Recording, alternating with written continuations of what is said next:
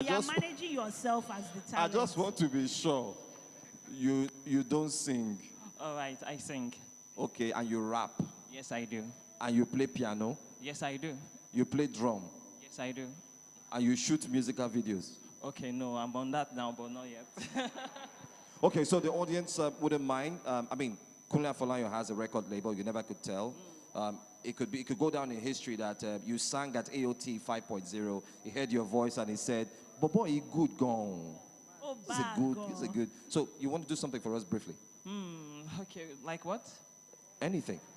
Like your hit track, the one that you've been hoping that one day they'll give you the opportunity and the platform. If only they can hear just that track. 5 seconds. Okay. I've got some things to say. I guess some things will never fade away. Put your hands together for my man Obi. You see? You see what AOT is doing? We're spotting talent, so we're looking for them. All right, let's meet a lady this time. I took one on my left. Okay, have them. Their hands are up already. Isabella, I see I'm having fun down here.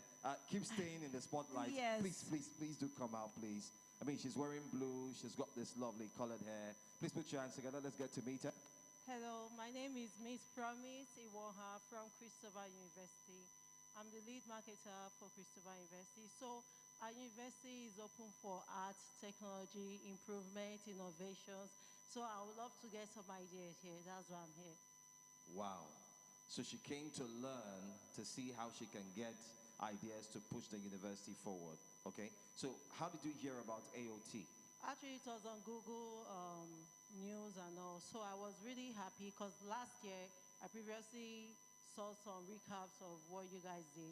And I was like, this would be a nice way for us to network. If possible, I won't mind some collaboration with your company. If possible, yeah, with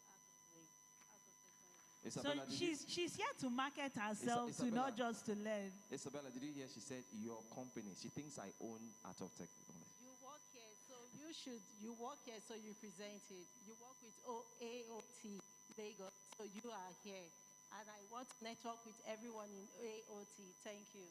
Please put your hands together for her. She wants to network. I'm grateful. Thank you. Ladies and gentlemen, please would like to go straight to the other side. Isabella, permit me. So who can I talk to in this place? We've heard from a singer, we've heard from a marketer / educator / professional networker, and now I think we should get a bit of fashion, maybe. I'm confused, but I'm moving around. Film. No. I think I've gone to the left. Oh, okay. Okay, Isabella, permit me to say that I am standing at the threshold of Nigeria and Lagos's coding talents. Please put your hands together for the coders, please. Woo! Put your hands together. Our coders, our developers. Who can I talk to? Who wants to talk to us here? Who wants to talk to us? All right. Oh, they've picked the genius amongst them. Please come forward. Please come. Come. Please introduce yourself so we can get to know you. Hi, my name is Tino Ade. I'm from Semicolon, Africa, and we are delighted to be at this event. Lovely. So what do you do at your company? We are software engineers. At Semicolon, we train and we build the best talent, and we are just the best at what we do, at coding, at building software, right from learning to deployment and so on and so forth. Ladies and gentlemen, please put your hands together for Simi. Thank you so much. Thank you very much. Tino Ade, okay, I got that. And just as she was speaking, we had the arrival of the executive governor of Lagos State, Mr. Governor himself, Mr. Babajide Olushola Sanwo-Olu. Please put your hands together, ladies and gentlemen. I think we can do better than that. Let's give the executive governor of Lagos State a warm round of applause, even as we're on our feet, acknowledging his arrival. Yes, indeed. It is an honor to have you, sir, Mr. Governor. We'll just allow the paparazzi do their thing as Mr. Governor settles in, and we will begin this event formally with the national anthem. So paparazzi, do your thing. Please don't stay too long taking the pictures. There'll be ample opportunities to get your photographs and to do your videography.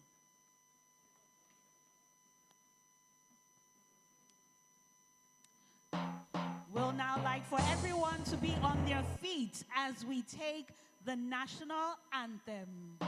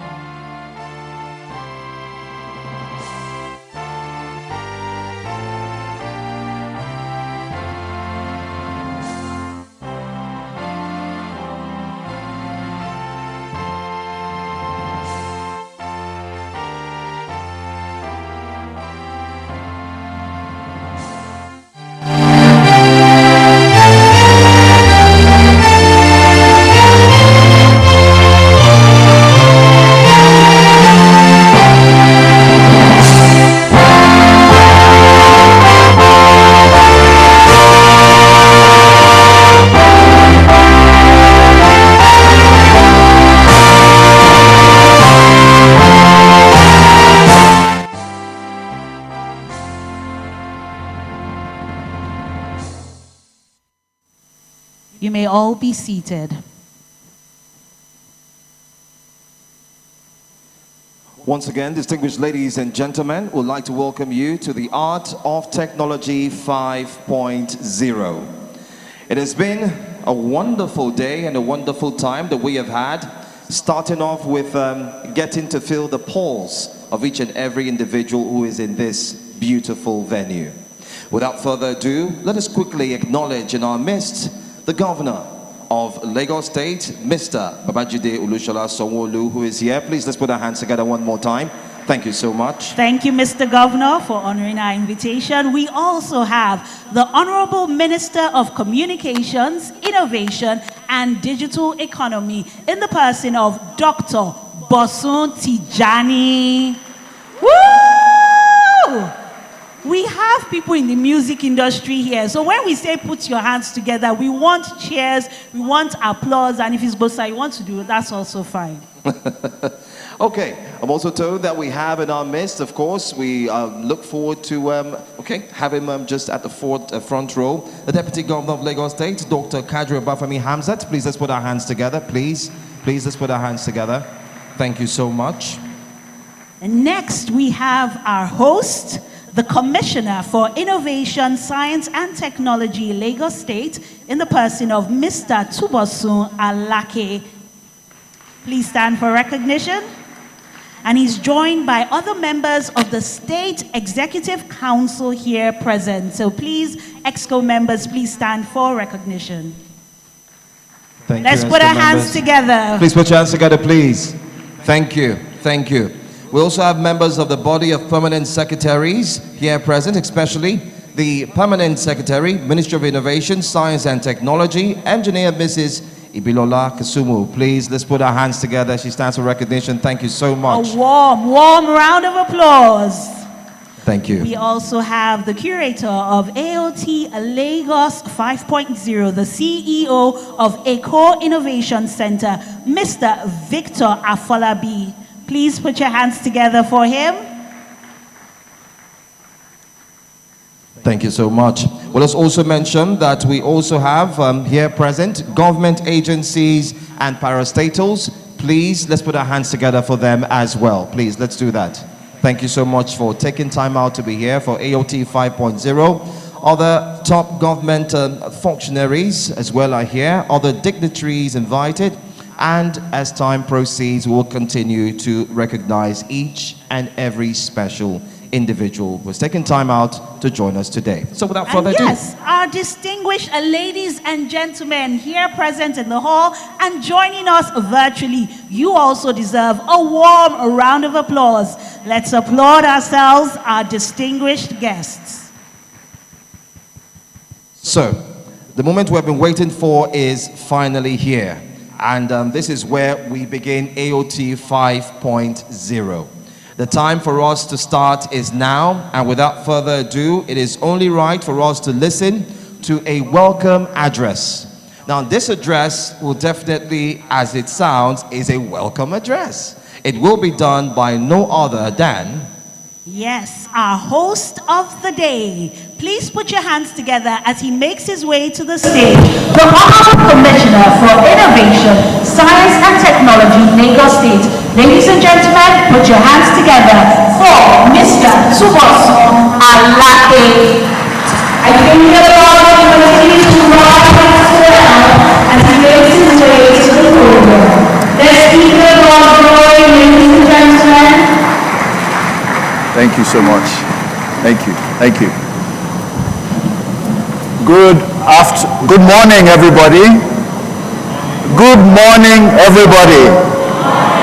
And welcome to the Art of Technology 5.0. Please. First of all, let me make some necessary greetings. I want to first of all greet Mr. Governor, who has been the major driver for this event. This is the fifth edition of the Art of Technology, and we've had a series of different events focused on several verticals across the innovation ecosystem. And there have been many things that have happened. There have been many substantial outputs from this event. And this year, our focus is on the creative economy. The creative economy and a digital Lagos. First, let me greet some of our distinguished guests here. Mr. Kunle Afolayo, thank you very much for coming. Mr. David Ponte, CEO of AudioMark, thank you very much. MD Huawei, always a supporter of the innovation ecosystem. My distinguished colleagues in the Lagos State Executive Council, from Honorable Commissioner Health, Honorable Commissioner Youth, Honorable Commissioner Economic Planning and Budget, Honorable Commissioners Information. I'm mentioning these people so you know that they are also part of your ecosystem. And so you can walk up to them, have a conversation, and engage on different issues, different topics, because this is the biggest exchange point between private sector and public sector. So please engage us whenever you can. And I also want to say a big thank you also to the Permanent Secretary, Ministry of Innovation, Science and Technology. Together, we try and carve a way for young people in the ecosystem to build ideas, to build things of value for the economy, and to drive the innovation ecosystem to heights previously not known. But today, our focus is the creative economy. And why is our focus the creative economy?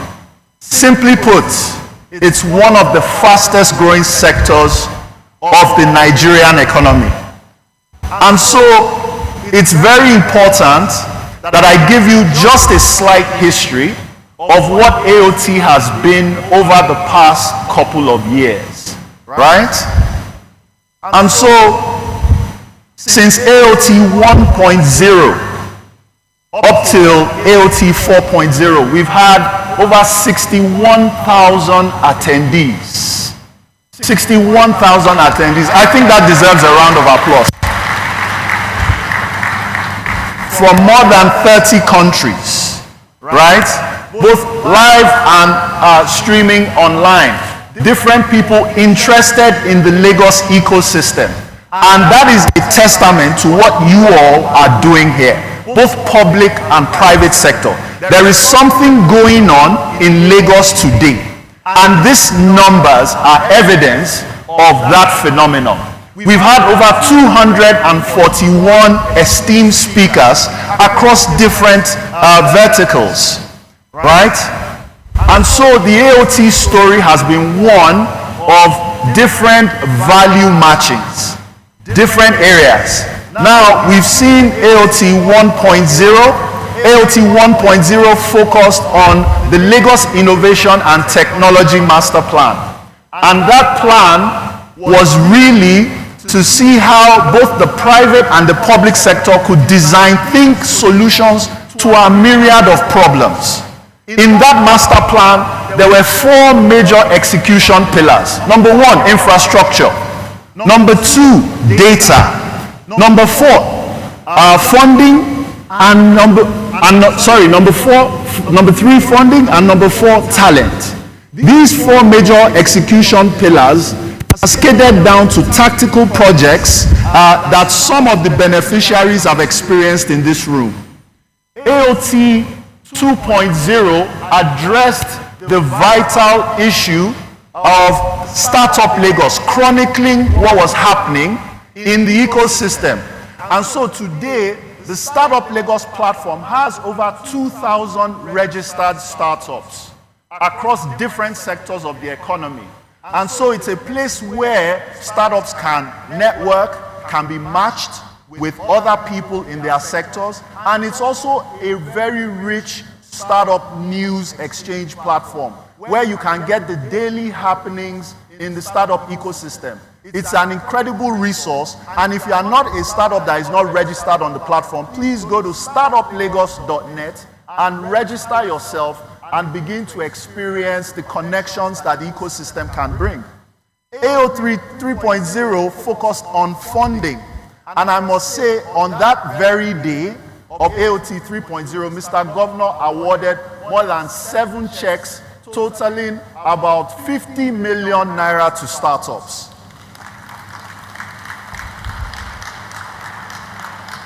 I thought I was going to hear a louder applause.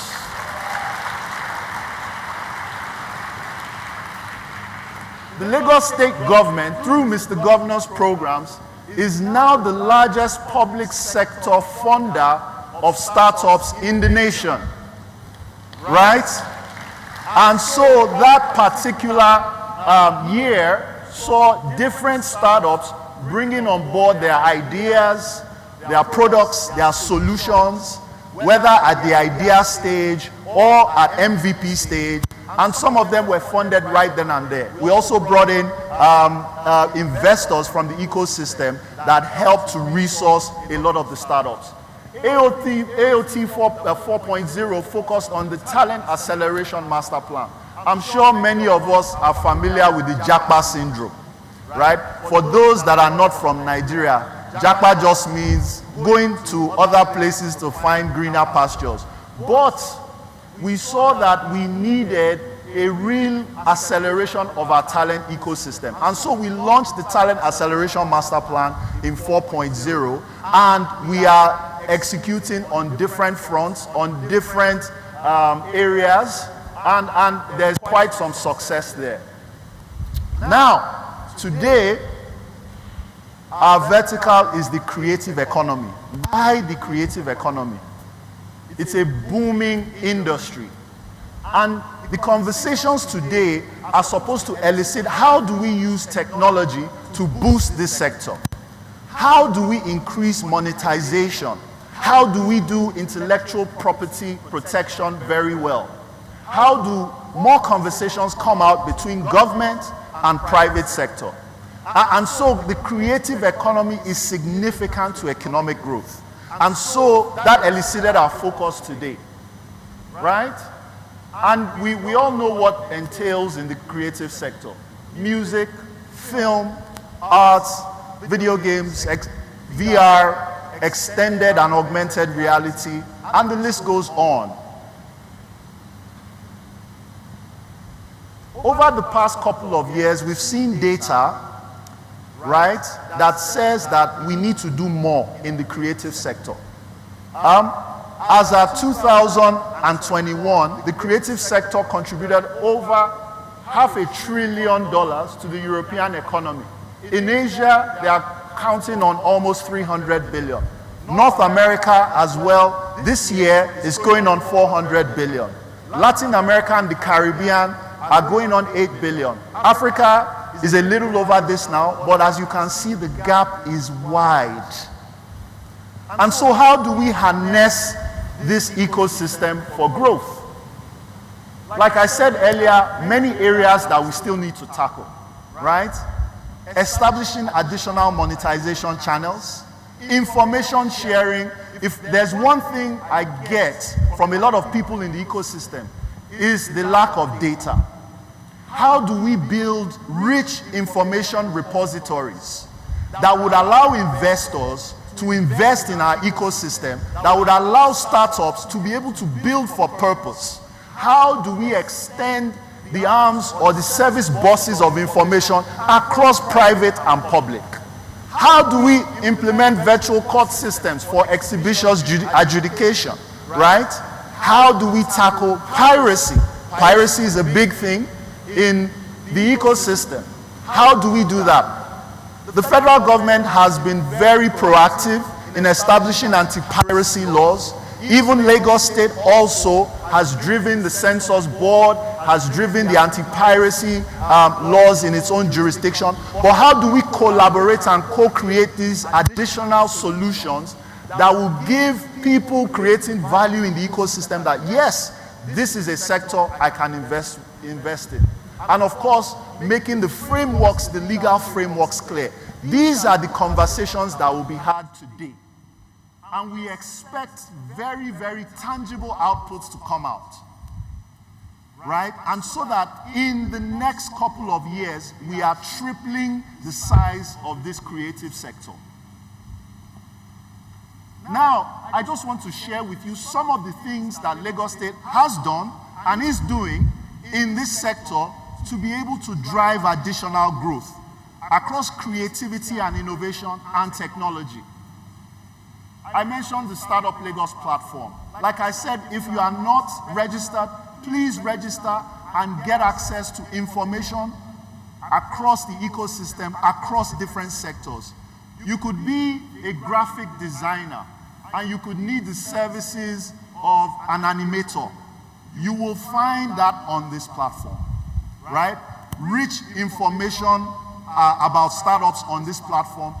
We need to make the collaboration even much more tangible. And platforms like this is what can help. So the Startup Lagos platform is live.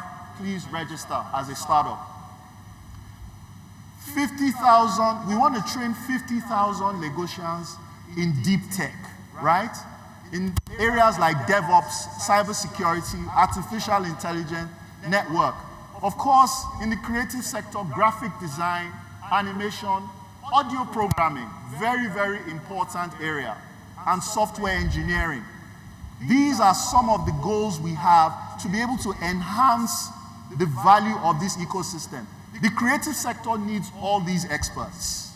They do, right? Because when you look at AI now and what it can create, right? The possibilities are endless. And so this is a program that we are implementing together with private sector partners to resource great experts within the creative sector, right? We have a program called EcoVention. What do we do in EcoVention? We have global roadshows for startups in the creative sector and in other sectors to showcase their products to international investors. Now, these roadshows have happened in Lagos, in Dubai, virtually, San Francisco. And what we do is we try to put people that have very, very solid ideas, that have businesses that can enhance different sectors across international investors. We also partner them with companies abroad that can give them an export-oriented mindset. And of course, there are partnerships where if they want to establish in a particular country for export or for exchange, we help them through the EcoVention program. And this year, we took over 12 startups to the GITEX Roadshow in Dubai. About 4 received investments totaling almost $200,000. And some are in conversations worth over $5 million in investments in their cap table. Well, I think some people are not listening. Because if you were, you would look out for the EcoVention call out by February next year. so that you can have a chance to showcase your own ideas to international investors across the globe. Now this is a particularly important implementation we are having in Lagos. Through Mr. Governor's own dedication to the startup ecosystem, in 2019, we formed the Lagos State Science Research and Innovation Council. This council has been responsible for funding over 60 value-creating startups across different sectors in agri-tech, in fintech, in construction tech, circular economy and climate change. Companies like Price Pally, as you know, an e-commerce agri-tech company, received some of their first funding from LASRIC, and now they have 28% profit margin in their sector. Right? Companies like Farms to You, Moon Innovations, these are some of the companies that have benefited from LASRIC's grants. And last year, we started the first public sector venture fund. Now, this fund is supposed to help startups at the very grassroots level to give them their initial runway for them to scale. And of course, we are partnering with private sector players to be able to resource some of these startups. We have other programs in the sector as well. LASRIC has been responsible for funding over 70 research and development initiatives across universities. Ladies and gentlemen, if we do not create, we will not be taken seriously. R&D is a very, very instrumental tool, instrumental process in creating unique solutions in our ecosystem. And we got our first patent in 2021 for a medical device we created in University of Lagos, right? We are on course for over 20 more patents across universities in Lagos. 20 patent pending inventions, originally designed and built, prototyped in Lagos. A round of applause for that. In our universities, they are creating things. You know, I'm sure some of us didn't know that, right? And if you are going to build a vibrant economy, it's important you have an R&D program. It's very, very important.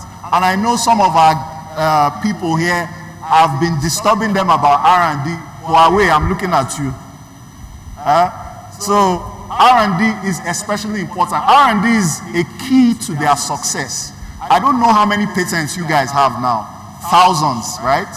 But the patent volume is an indicator of a kind of development in a society and an economy. And so our goal is to double the number of patents that are coming out of our university system. Why are they important? Because you can build value, you can build companies around these original inventions. They can create jobs, and value is created. That is how we move out of the FX crisis, by creating original in Nigeria, in Lagos. My slides are awful.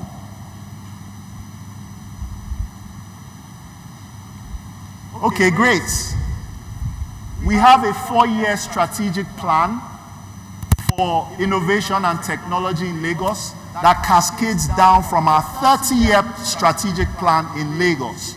Now, we address many areas of interest, from legislation, from the Lagos Innovation Bill, to the different areas of government digitization that will enhance citizen and government collaboration and communication. And please, there are many, many areas. You can get a look at our plan at bit.ly/mistplan. And you can see many areas that we are going to tackle in the innovation ecosystem to build a better Lagos. Now, this is something that is very interesting to the creative sector. And we must give a round of applause to Mr. Governor here, having started the Lagos Film and Media City project. This is supposed to be a harbinger of value in Lagos and will unleash the creativity of Lagosians. Why? Because to be able to unleash creativity, you need the tools to help you unleash that creativity. And this Film and Media City project is just that area, is just that catalyst to enhance the creative sector in Lagos and by extension in Nigeria. A groundbreaking project. This is another project that we've been working on in Lagos State, the KITE project. KITE stands for Knowledge, Innovation, Technology, and Entrepreneurship. This is a special economic zone that will drive additional value creation in the innovation ecosystem. This is where creators, innovators, and all of the people that want to create value in the technology ecosystem can come, where they can rapid prototype their ideas and get accelerated access to funding and other resources that would help them build the ecosystem. The KITE project is currently ongoing, and we are looking at many partners in the private sector to drive that. Even the Honorable Minister himself is a good patron of this project. And definitely, it's an area where value creation will be doubled and accelerated. Of course, we are announcing that through the LASRIC, Lagos State Science Research and Innovation Council, we will create a creative economy fund to drive creative startups in the ecosystem. I think that deserves a round of applause. This is the first time we'll be focusing on creators, young developers that are creating different things within the creative economy. And LASRIC is dedicating to a part of its fund to dedicate to the creative economy. Of course, we've spoken about infrastructure, many things that we are doing in terms of fiber connectivity that would enhance communication and connectivity. Oh yes, let me mention the Lagos Innovation Bill. That will come on stream by next year. This is to help startups and people within the innovation ecosystem have access to the right resources to be able to scale faster. And so, without boring you too much, these are some of the things that we are already doing. But really today is about you. And we want to hear what can make or help you scale within this sector. What are the policies that we need to put in place? What are the kind of exchanges we should have? Right? What are the sorts of laws and what are the sorts of environments we need to build? This is an extremely listening government. That's why the governor is here. That's why the minister is here. To really hear from the ecosystem, to hear from the experts, and to see how we can collaborate on a much bigger value pot. And so that our futures and your children's futures are better for it. I want to thank you very much for listening to me. Thank you very much.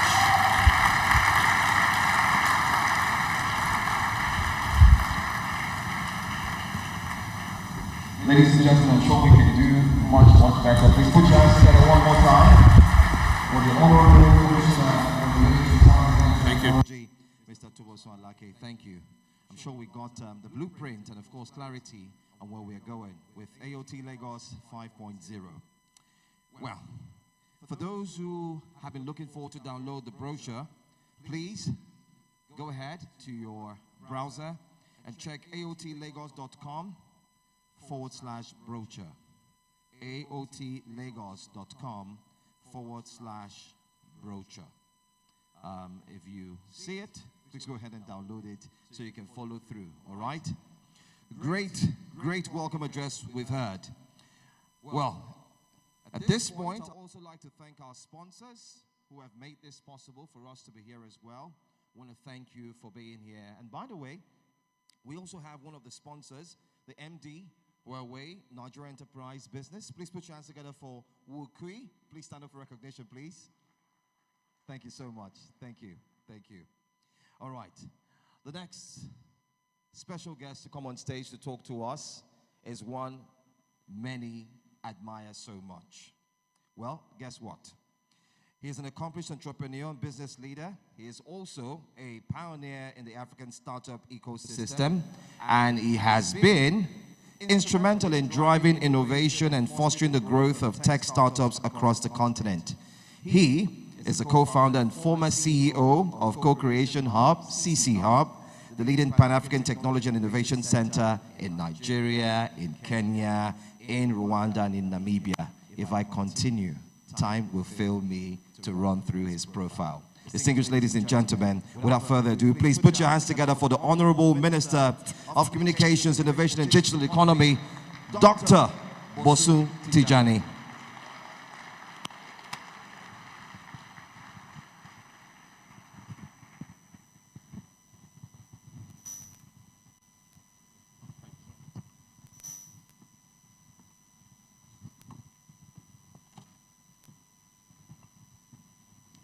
Good morning.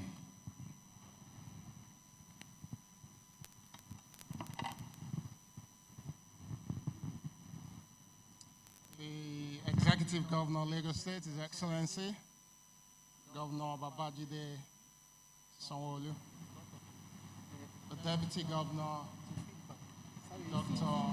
Obafemi Hamzat, the Honorable Commissioner for Innovation, Science, and Technology, Mr.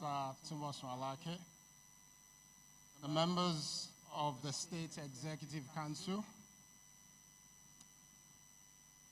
the Chair of the House Committee on Innovation, Science, and Technology, Prince Sheyi Lawal, the members of the State House of Assembly, the Permanent Secretary, Ministry of Innovation, Science, and Technology, Engineer Bilola Kasumu, the conference curator and CEO of Eco Innovation Center, Mr. Victor Afolabi, all senior government officials present, all keynote speakers, and delegates, distinguished ladies and gentlemen. Good morning again. It's a great pleasure, and I consider it a huge honor to be speaking here today. And for those who know me, you know why. Because my story is incomplete without Lagos. I'm a proper Lagos boy, born in a bakery in Agege. So for most of you who eat Agege bread, that's been part of my story since I was a child. Also, if you know me, you probably know that the story of technology innovation in Lagos is incomplete without Bosun Tijani.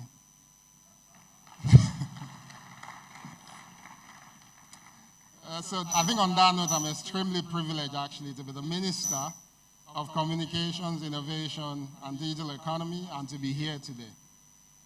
And also extremely privileged to be the bearer of good news, that as a nation, we are on a path to changing a story that has been with us even before our country was created.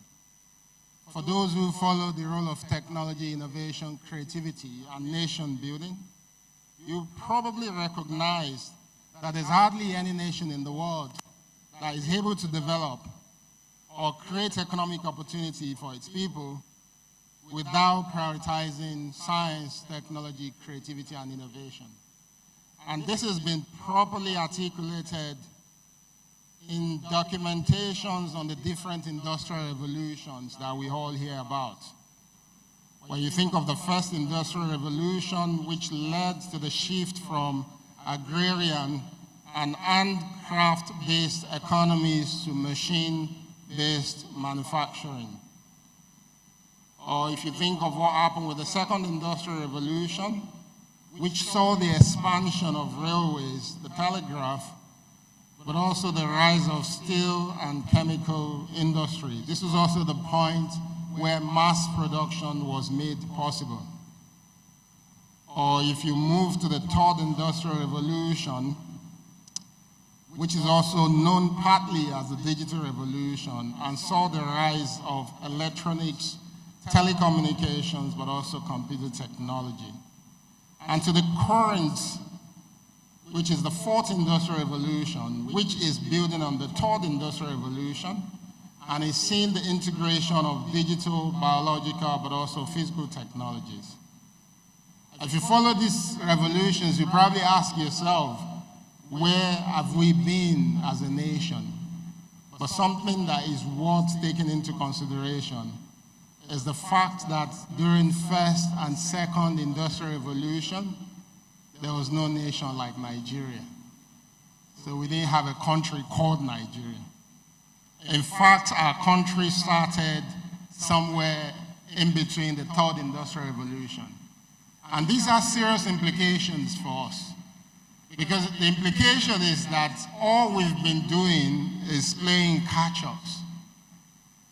As a nation, we were given birth to during the third industrial revolution, implying that we didn't get the opportunity to leverage the gains from the first and second industrial revolution.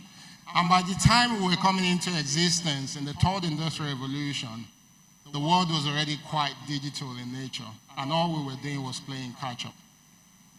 And by the time we got to fourth industrial revolution, with a lot of liberalization and the technologies that are driving this revolution, we started seeing significant gains in our economy. And those gains, you can see them around you. Lagos as a state, as a community, as a pride of Nigeria, but also pride of Africa, is a true example of what we can do when we mainstream the application of science, innovation, and creativity. And I think at this point, we should celebrate that with a round of applause, and I'll tell you why. We all know what we've been able to do as a state with Nollywood. This is the home of Nollywood, the second largest film industry in the world, which we've seen its evolution largely by innovation and creativity of amazing individuals like Kunle Afolayan, who happens to be in the room today. We should give him a round of applause. Lagosians and residents of Lagos like Richard Mofe Damijo, we should give him a round of applause. Mo Abudu, Kemi Adetiba, to just call a few. These are fantastic individuals that have created this industry right from this city. And if you continue to think about it, think of the stride that we've made in technology innovation. Nigeria today is the top destination for capital for technology innovation and technology startups.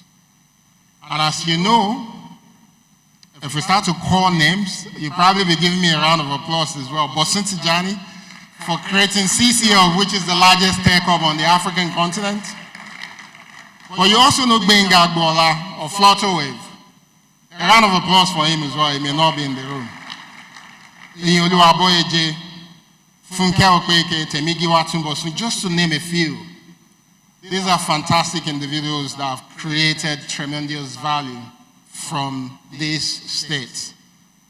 And when you start to think of it as well, despite all the challenges and the fact that we're late to the third and the fourth industrial revolution, through innovation, creativity, and technology, Lagos is home to one of the most vibrant entertainment sector industry in Africa. We've seen what we've been able to accomplish with superstars and legends like Fela Kuti, Wizkid, of course, Burna Boy, Tiwa Savage, Thames, and of course someone who is very special to me, Ashake. A round of applause to all these individuals for what they've created. And of course, we have one of the legends in the room as well, Obia Sika.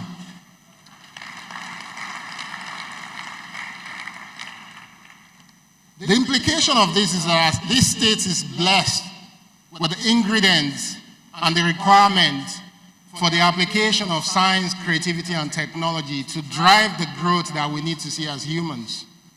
But we also know that there's hardly any state that can create innovation, mainstream innovation, or capture gains from innovation without the support of the government. And we know how special and open the government of Lagos is being over the years to innovation. very long history of leaders who have been extremely intentional about supporting innovation. Last 4 or 5 years, we've witnessed tremendous changes in this state. Nothing like we've seen anywhere else in Nigeria. And I think on that note, I'll ask that we all stand up and of course, and give Mr. Governor a special round of applause. Thank you for joining. Governor, we appreciate you. Please be seated. And Governor, we also know that this is just the beginning. Because Lagos, as you always describe it, is a mega city, one that has been growing tremendously over the years, but also a mega city that is growing at a time of difficulties for the world as a whole. With climate change challenges, food security issues, urbanization issues, so many public health challenges which transcend borders, making it difficult and expensive for states to actually provide the right services.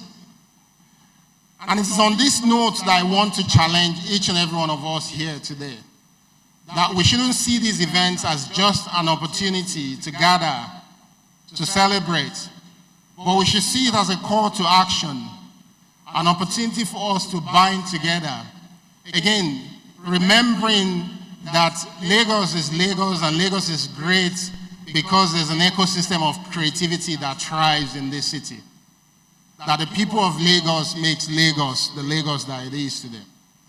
That we bind together to start to think more deeply around how we leverage creativity, innovation, science, and technology to leapfrog development in this state. Starting from myself and Commissioner Tumboso Alake, I'd like to challenge us to think of how to turn Lagos into a smart city. How do we leverage deep investment in the infrastructures that exist in this state to drive the application of technology for prosperity, to ensure that our city is smarter, whether when we think about environment or opportunity to use technology in education or apply technology for public health issues. I am committing to working with you to ensure that by Q1 next year, that we can actually open up the ISM band of spectrum to innovators who want to build smart applications for this city by Q1 next year. I was in Lagos over the last weekend, and as I was driving back to the airport, I saw a group of people playing football underneath the bridge just around the corner. And it crossed my mind that what will it take for us to turn those white sand football pitches into well-curated spaces where people can actually go exercise and play football. And that's not just the responsibility of the government, but each and every one of us and the creative people in the room. So I'd like to challenge us to think of the spaces around us smartly. How do we leverage our public spaces as spaces for serendipity? How do we create them into spaces where people can meet and do things that inspire creativity, but also bring opportunity for prosperity? In times of food security, how do we encourage urban farming? There are so many lands around us that we should convert and use them smartly to grow fruits and vegetables that we all eat. And this is how we become a state and a community that is anti-fragile. Lagos, we all know, is also extremely blessed with history. How can we leverage technology, creativity, and innovation to raise the level of tourism activities in this state? Again, this is not just the sole responsibility of government, but each and every one of us. For those who know, Lagos, when it comes to education, is one of the leading states in the application of technology to drive better learning outcomes. But there's still so much more we can do. And the challenge is on all of us to find ways to use technology to improve learning outcomes and its application. Most importantly, Lagos is surrounded by a significant body of water. And as a country, we still import the significant portion of the seafood that we consume. If I have the privilege to do what I did again, I'll set up a tech hub, which is solely for fishermen. A space where those who want to go into fishing can actually come and access the best technologies in the world to be able to explore the economic opportunities on our body of water. And by doing so, reduce our dependency on importation of seafood. I hope there's someone in the room who is challenged by this core that Lagos can actually feed when it comes to fish and seafood, that Lagos can feed the entire nation, but also feed a significant portion of Africa as well. But we can only do this if we prioritize technology. Ask yourself, do you know anything about the fishing or fishery sector in Lagos State? What do you know about it? The fishermen you see, how much of innovation and technology goes into what they do? The only way we can drive up the growth and the prosperity we want to see in our nation is through creativity and innovation. And this is a call to each and every one of us to find ways to contribute to this development using science, technology, and creativity. On this note, again, I would like to appreciate the Commissioner, Your Excellency, for supporting this platform over so many years. And I challenge each one of us to do what we can to help deepen the innovation ecosystem in this state. The rest of Nigeria is looking up to Lagos State to show direction. And at the federal level, we're there to give all the support necessary. Thank you.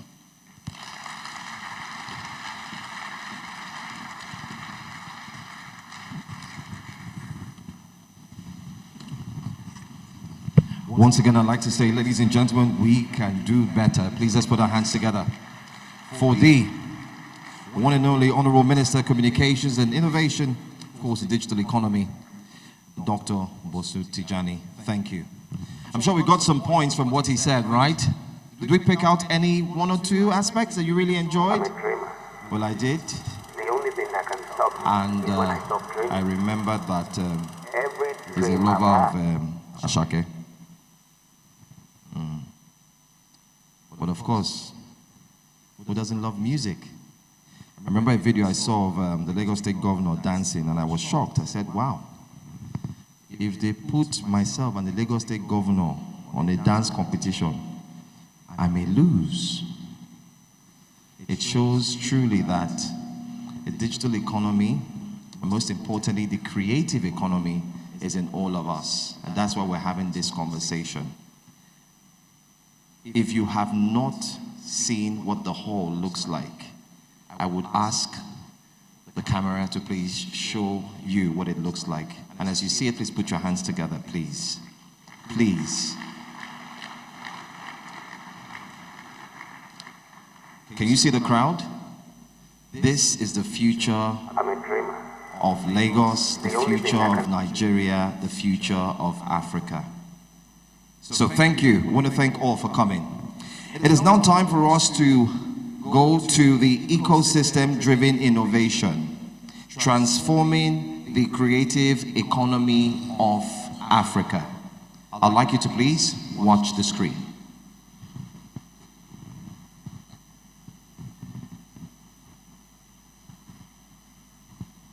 I'm a dreamer. The only thing that can stop me is when I stop dreaming.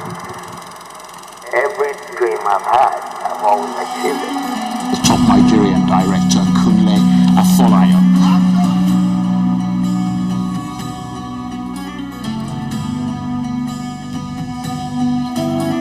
What are you in it for? I mean, is it the money, the fame, the craft, the passion, or a combination of all of them? Film and television is what I know how to do, best, and I enjoy doing it, and that's the most important thing. I see visuals, and I always want to put them out there for people to see.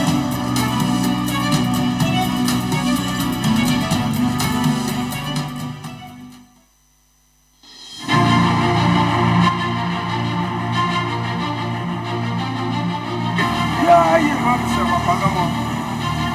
We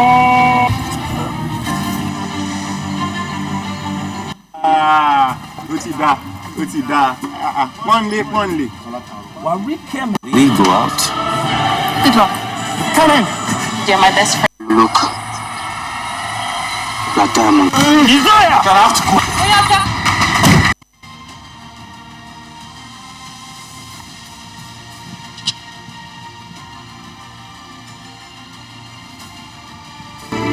Wait, stop passing shit anyway, no?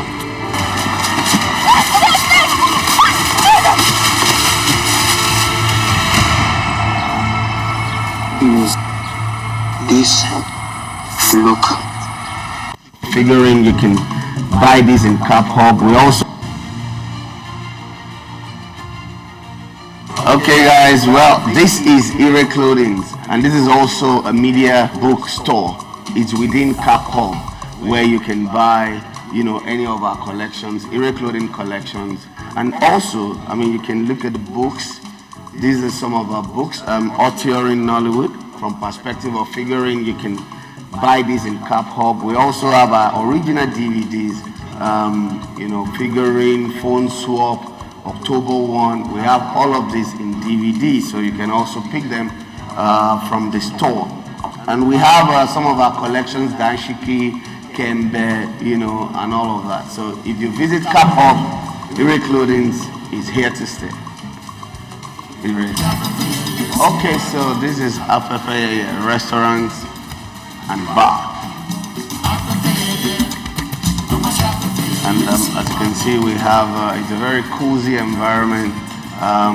You know, the aesthetics and all of that depict who we are as Africans, as Nigerians, and we have our own water. That's our water.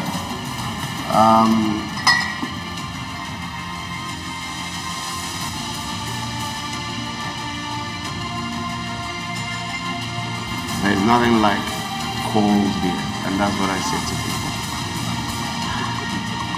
Cheers.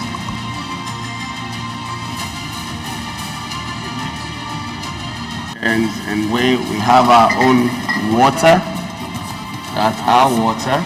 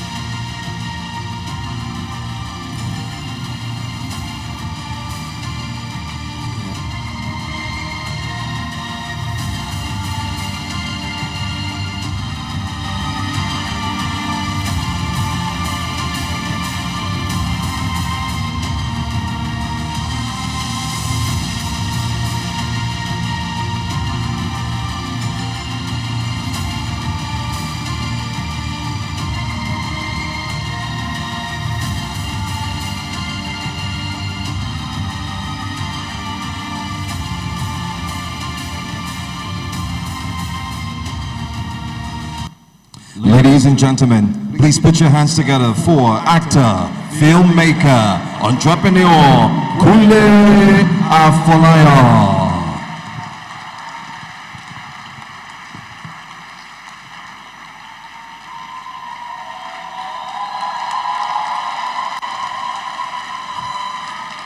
Okay, thank you. Ekaro. All right, good morning, Mr. Governor. Excellency. Honorable Minister, permit me to rest on existing protocol. Anyway, I'm not in government, so protocol is really not. Anyway, Ekaro. First of all, I would like to say a big thank you to the team and the brains behind this innovation. I don't think I've seen people gathered, this number of people gathered for a good cause in a long time, except if it's 5G and parties. So this is a good one. Please, let's give it up for the organizers of the event. Thank you.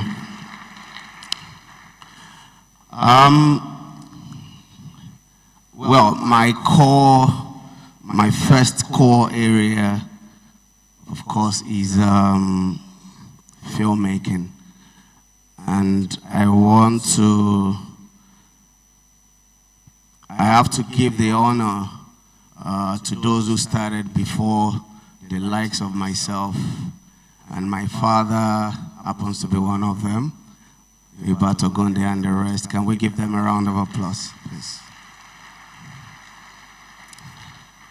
I found myself in this space, from childhood, and a lot of things that I unconsciously and unofficially learned growing up has really helped me today. Technology is good. In this age and time, you can practically do nothing without modern technology. But again, I'm always saying to people that it is important to always look back, look at where you're coming from, see what you need to improve upon, merge it with what currently obtained, and then look at the future. And this has been my principle from the beginning. I started as an actor when I featured in Tunde Kelani's film Shawaride in 1998. Can we give Mr. Tunde Kelani a round of applause? And after then, I thought, look, filmmaking has always been what I really wanted to do. But before then, I studied business administration, so I ended up working in a bank. I joined when it was Industrial Bank on Adetokunbo Ademola, and then a year after, it was changed to a commercial bank, City Express Bank, and I worked there for 7 years. And all the things I learned there also help to shape my journey. Now let's go to the formality, but of course, once in a while I'll deviate from this. So overview of a creative revolution. Of course, we all have an idea what that looks like. That's where we were coming from. But before then, in the 70s, 80s, it was the era of 16mm projector, 35mm projector, and if you go to Super Cinema in Surulere, City Hall in Lagos Island, Glover Hall, these were the places where I grew up. Casino Cinema in Yaba, every festive season, that is where, I'll be, because we're part of the family film traveling theater, then film traveling cinema. And I remember when I was like 13, I would join them and we would travel around West Africa. We start from Lagos and then to Seme. Sometimes you spend 3 days trying to get laissez-passer, then cross to Cotonou, and then you show in the cinemas in Cotonou, then to Aneo, which is the border between Benin and Togo, and from Aneo to Lomé to Abidjan to Ghana and all of that. And this never left my head. But then I saw the struggle that a lot of these people went through. Those who started this era of cinema, music, and the rest of them. And I thought, look, if I'm coming into this space, I have to do it differently. I need to pick from what they've done, and I need to add, some of the things that God has given me the privilege and opportunity, to be able to innovate. From all of those cinema things, of course, we all remember the VHS era where a lot of people rely, especially when Nollywood, the word Nollywood was coined. This was from the traveling cinema to the era of VHS. And Unweka Road Onicha was the one in Lagos Island. Huh? Yes, Governor Man no bang bang. So, this started the commerce, the proper commerce in Nigeria. And really, when you say, we've been talking about Africa, but when you say filmmaking in Africa, listen, you're practically talking Nigeria. And then when you say Nigeria, Lagos is an integral part of that economy and ecosystem. Can we give Lagos a round of applause, please? I was born in Ebutemeta, number 54, Old Yaba Road, and the hospital at Ejiomi, Alagomeji, opposite where the train station is. So my entire ecosystem started between Adekunle and Saboyaba, and then you just come to the island to do all of these businesses. So this era came, then technology said, look, you're not going to stay more than certain period, and that changed. And then VCD and the rest of them came. I mentioned earlier, that is Hubert Ogunde, that is Ogabelo, and that's Adeyemi Afolayan, my father.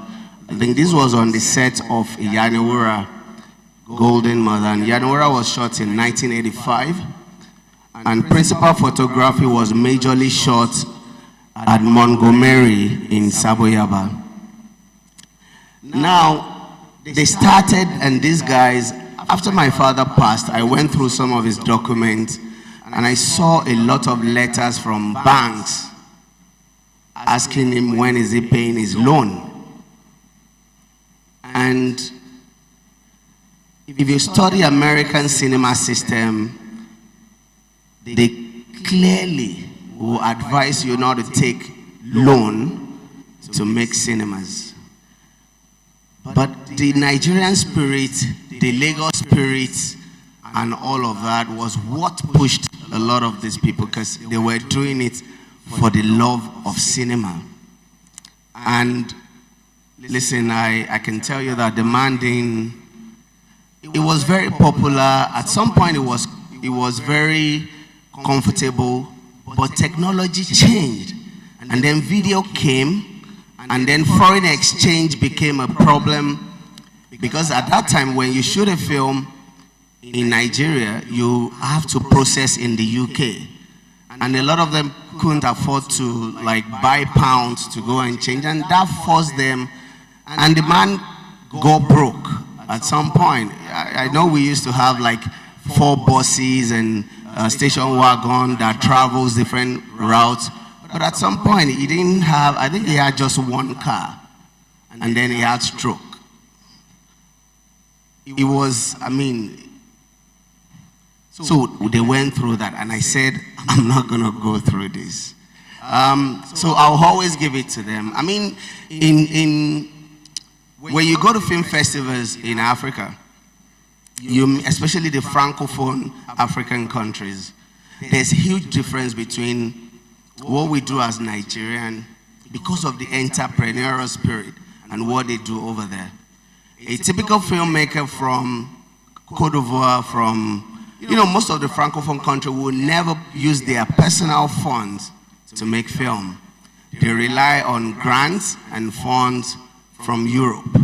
And that is why an average filmmaker makes 1 film in 5 years or 10 years in Cote d'Ivoire, Togo, Benin. But in Nigeria, an average filmmaker is also an entrepreneur.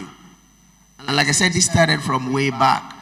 The likes of Ogunde and my father were the filmmaker, they were the publicists, they were the distributors they had their own projectors, you know, and all of that. But technology has helped things to change. We're going to get there. Yeah, challenges. Inadequate infrastructure, funding limitation, intellectual property issue.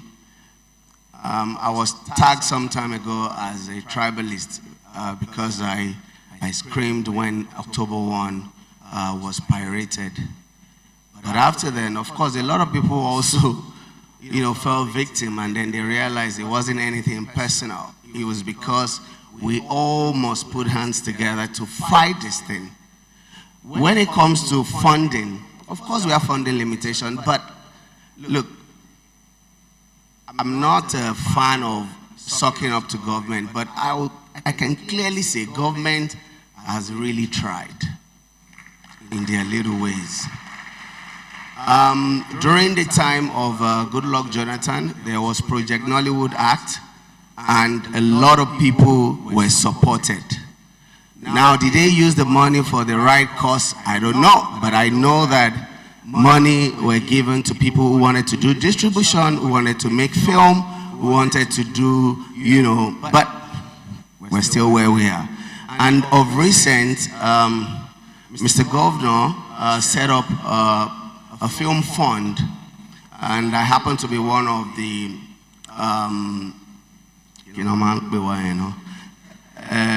my advice, you know, and that was a very good innovation. Can we give it to Mr. Governor, please? And a lot of people benefited from this.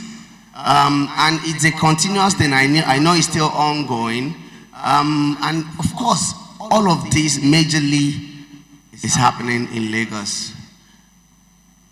Now, collaboration. Music is also an integral part of film. You really cannot separate film. We do soundtracks, and then sometimes you have these big stars to come and do special features and all of that in the film. Don Jazzy has been to our hub in Ikeja, that's Cap Hub.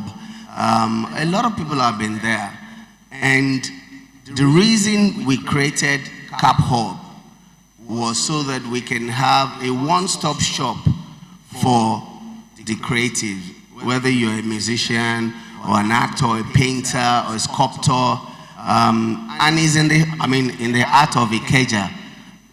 All of us cannot be on the island, you know. So Ikeja, if you don't go to Shrine, then you can come to Cap Hub, where we really have a lot of, you know, all of these things. And again, there has been a lot of support, just like I said, but then government can still do more. Now, global perspective. Why is Netflix in Nigeria? Why is Prime? Why are they in Nigeria? Why is HBO touchlighting? Why is, you know, there are so many of them. It was because this is a big market. And then you cannot, they can't function without proper technology. And I'll give you a typical example. Netflix released like analysis of what their activities are in Africa.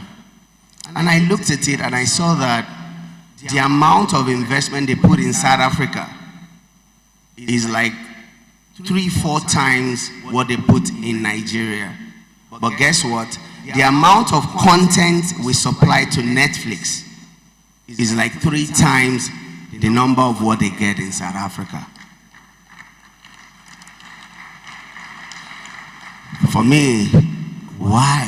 When you ask, when you try to negotiate and you talk to them, they will tell you, we don't have enough subscribers. We don't have enough subscribers. And they will tell you, look, the subscribers in South Africa is like 5 times the number of subscribers in Nigeria. Why? Because we don't have internet. Look, the minute that changes, everything will change. It's a game of number. They just want subscribers. And the minute our internet improves, the minute you can stream without necessarily using data, the minute it's all going to change, and the negotiation will go up. And that is where I think, whatever it is we're doing here, these are areas we need to focus if we really want, the industry to get better as far as film content is concerned. And also, I was signed by Air France as Air France ambassador. And I did that for like 4 years before COVID. But I can't speak French. I can only say bonjour, bonsoir, and all of that. A typical French company would never sign someone who cannot speak French. Why did they sign me? It's because they saw something. It's because they wanted to use me, and me too, I used them. But it worked, because at the end of the day, the perception towards Air France KLM changed after we started our campaign. And we managed to do the CEO together. We premiered on the plane for the first time in the world. A movie got premiered. And we turned the entire Murtala Mohammed Airport to a cinema, red carpet, DJ. I mean, we should clap for that, really. It's the first time such will happen anywhere in the world. And you will keep having people like that who believe that, look, Nigeria is the place, Lagos is the hub, and they want to be part of everything. That was the former French ambassador to Nigeria before this new one. I mean, they visited Cap Hub in Ikeja. Was that last year or the year before? After then, the French Deputy High Commissioner, a lot of these people, come around because it's a one-stop creative space. And they really would love to associate with something that is positive and also promote mutual benefit. So it's not like they are giving or they have, it has to be win-win for them to also want to be in such space.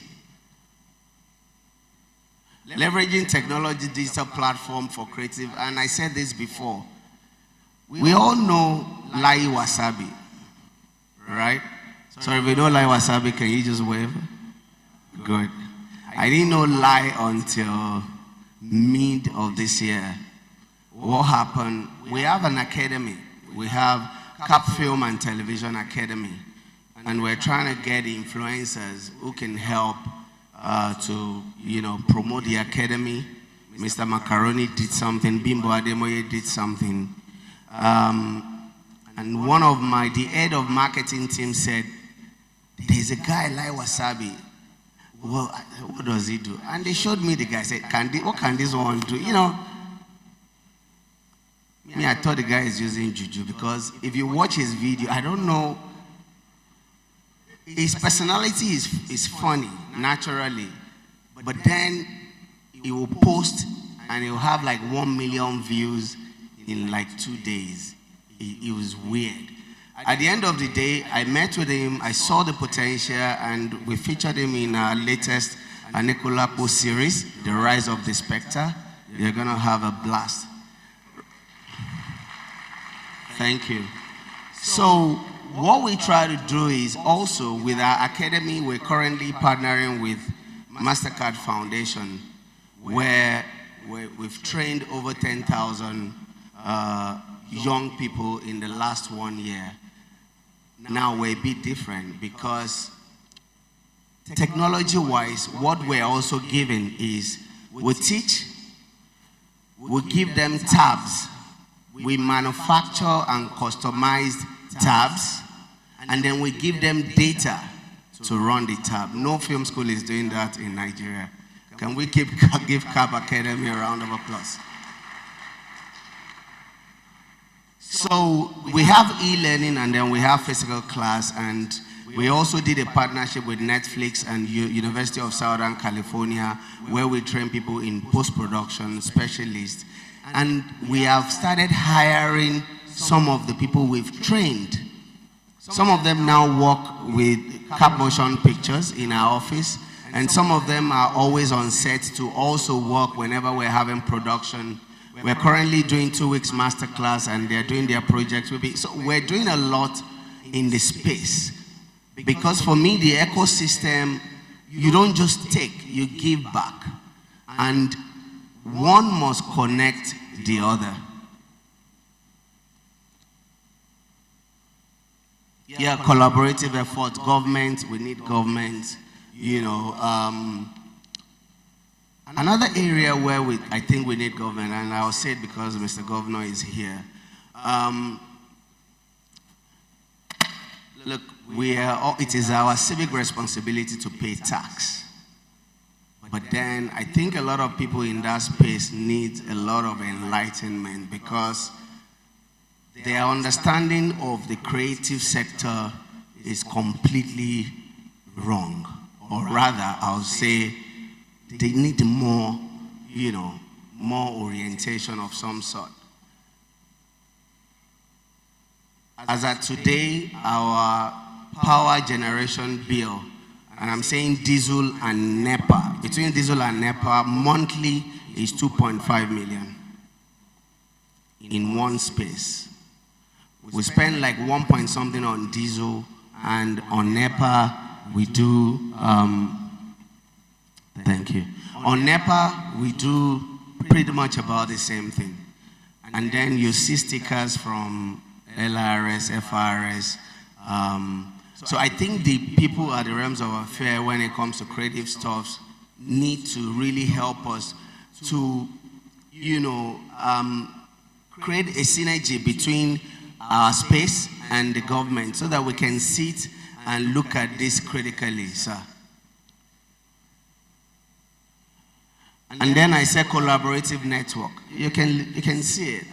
When we did the Rapada, Mr. President was there. That was at Motion Center. I was on the board of Lagos State Council for Art and Culture. The former governor, Babatunde Fashola, called one day and he said, "Oh, Kunle, I love your industry. I want to do a lot, but I don't understand it, because people just come for their personal, you know, for personal reasons." And he said, "I'm going to India, let's go." And we went to the film city, we went to Delhi and Mumbai, and then they set up like 3-point agenda where they talk about funding, capacity building, and then building cinemas in every local government. And I know it's in the big Lagos, you know, master plan, and some of them are already unfolding, and I believe that Mr. Governor is also doing his bit. So that's what I said about the Netflix collaboration with the industry. They are here to stay, but then we must up our game if we really want them to give us, if we want the deals to be of mutual benefit, then I know we can create great content, but at the same time, the technology side has to be taken care of.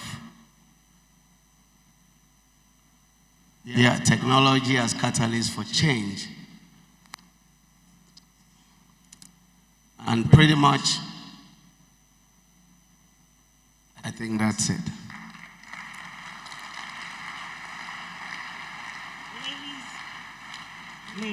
Ladies and gentlemen, I think we can do better than that. A warm round of applause for our first keynote speaker, Mr. Kunle Afolayan. Next, we have a presentation by the chief host.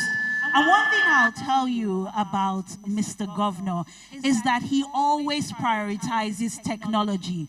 In his themes agenda and his themes plus agenda, technology has always been a priority. And Mr. Governor, I must say that should you decide to leave politics at some point, I believe that the creative economy is waiting for you.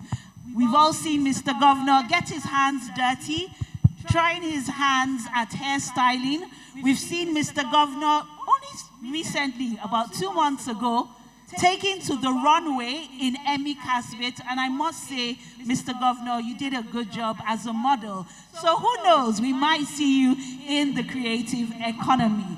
Ladies and gentlemen, for a governor who's not afraid to put his money where his mouth is, for technology, for the creative economy, please, I'd like you to fix your eyes on the screen, even as we give him a warm round of applause.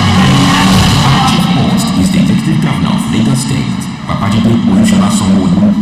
Over the years, he has continuously demonstrated his desire for a smarter, better connected Lagos, the desire that still is strong today. Prior to his public service, Sanwo-Olu began his career in the banking sector with the likes of United Bank for Africa, UBA, and First Inland Bank, PLC, now First City Monument Bank. He would go on to serve as a special advisor and later a commissioner for the Lagos State Ministries of Economic Planning and Budget, Commerce and Industry, and Establishments, Training and Pensions, respectively. His selfless service to Lagos State culminated in his assumption of office as the 15th Governor of Lagos State on 29th May 2019. During his fairly short time in office, there has been significant progress on the 6 pillars of development tagged Project Themes. This includes the Healthy Bee Initiative, which saw about 25,000 residents benefit from free treatment and surgery, and the Lagos Innovation Master Plan, which could position Lagos as the trailblazer in African innovation. Thank you very much. Thank you very much. Ladies and gentlemen, one more time, please put your hands together for Mr. Governor with a standing ovation. Let's appreciate Thank you. the Thank you. Governor of Lagos State. Thank you very much. Thank you very much. Let's give her a round of applause.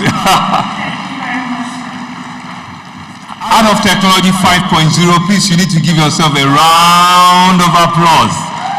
A resounding round of applause. You can see every year is getting bigger, bolder, and better. Let us give a round of applause for all of you, the organizers, Ministry of Innovation, Science and Technology. Thank you very much, our Honorable Minister, Dr. Bosun Tijani. He's one of us. He's Agege mate. He's Yaba enabled.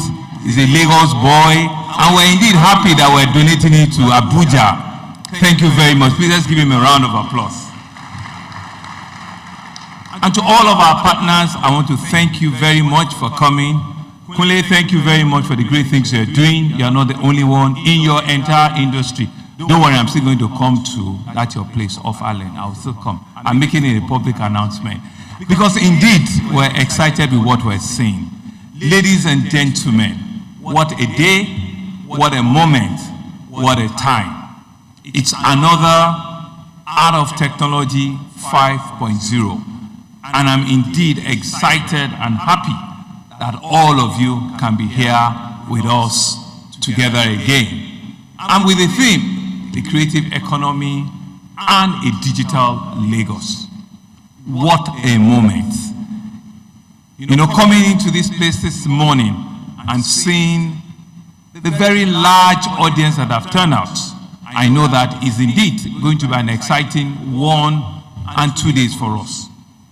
And so I'm happy that the 5.0 in our series of the Arts Conference Technology is taking place here. I want to say that year on year, we're challenging ourselves to even make it bigger and better than what it has been. It is usually a gathering that serves as a melting point for visionaries, for innovators, and leaders that are committed to propelling Lagos into the digital future. I see that future, and I believe that the ecosystem is also wrapped to see that future. My gratitude extends to all the organizers, to the Ministry of Innovation, Science and Technology, the Co-Innovation Center, and of course, everybody in the creative mind. You can see all of the statistics there. You know, globally, we're doing more than 2 trillion, but indeed, in Africa, it's just, you know, a dot. We're far from it. We are really, really, really far from it. And globally, they say that industry employs over 50 million people. This year, as we convey under the theme Creative Economy and a Digital Lagos, a reflection of our dedication to a transformative journey where the fusion of technology and the artistic expression propels us into a global innovative hub, reshaping the economic landscape of Lagos. The creative industry and the creative economy contributes, like you've seen, only 6.1% of the global gross domestic product, and about 2 to 7% of national GDPs around the world. According to the estimates, about 2 trillion is what accounts for about 50 million jobs worldwide. And about half of this workforce, I'm told, are women. By 2025, we should have about 2.7 million jobs here in Nigeria. And we're looking at a growth of about 5 trillion to the country's GDP. Right? These are big numbers that indeed we need to be able to work towards achieving. But I think the most important part of the statistics is about the age bracket. More than half of that population, in fact about 70% of that population, are within the ages of 16 and 35. And you can see that indeed that is the future. And I'm happy that the demography that we'll also have here reflects a lot of people that are under 40, than beyond 40 like myself. And I want to thank all of you for coming out here today. So let's give yourselves a round of applause. And from that industry, the television and visual arts, I'm told, makes the largest of it in the creative zone. Whilst visual art and music are the largest industries in terms of employment. In the Nigerian context, the Nigerian creative industry is positioned as one of the country's largest employer of labor and the potential of even doing more, which is almost 2.7 million by 2025. And additionally, to create business, it is set to be able to generate about 5 trillion that I mentioned. The study also finds that the creative industry employs about 4.2 million across all the 5 sectors. And the sectors are in media, in entertainment, in beauty and fashion, in visual arts, as well as tourism and hospitality.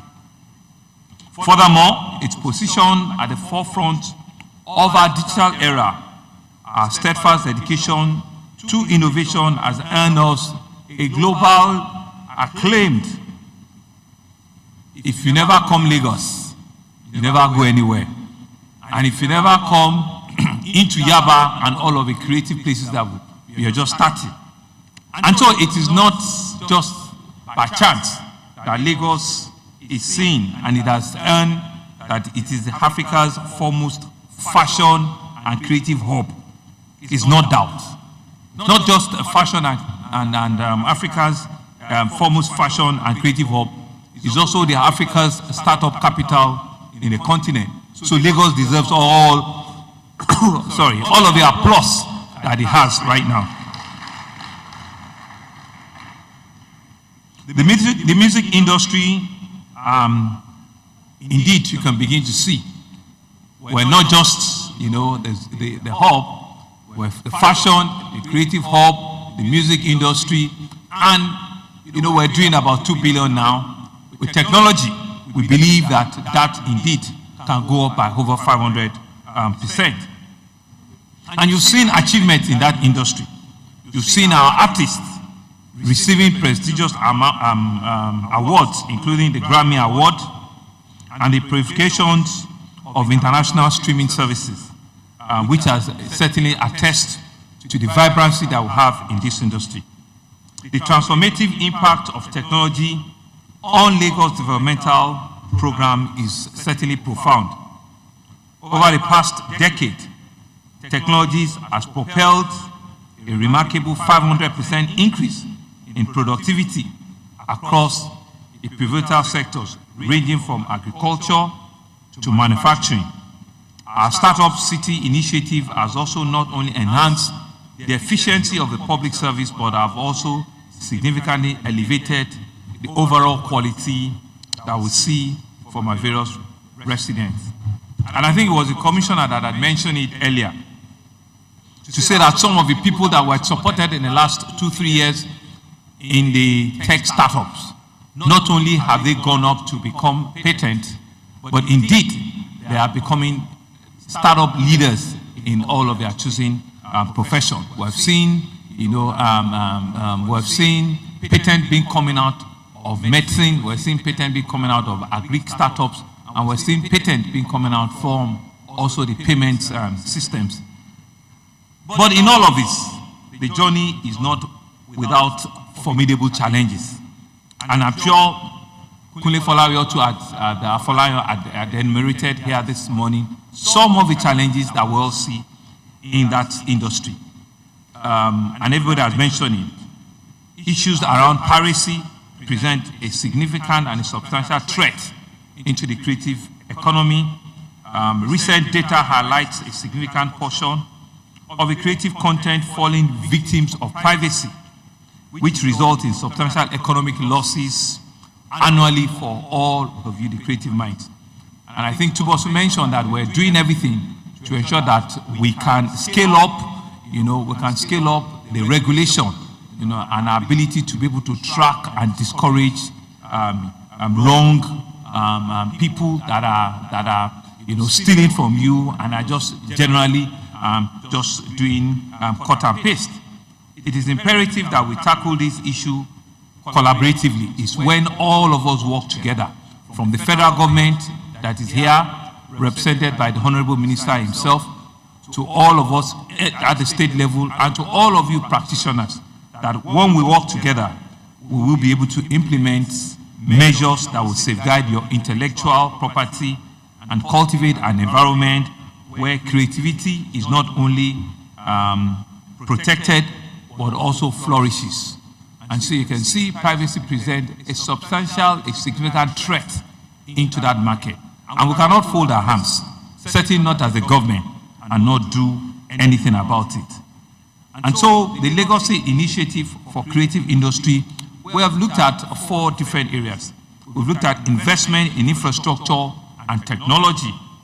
Currently, and we're still expecting additional support from federal government. Currently, where we've done about halfway of our 6,000-kilometer metro fiber duct connectivity, where we want to have fiber connectivity in almost every part, of the state. You can imagine what that will do, in terms of your content and in terms of your access, in the social media space, and just generally what that will do.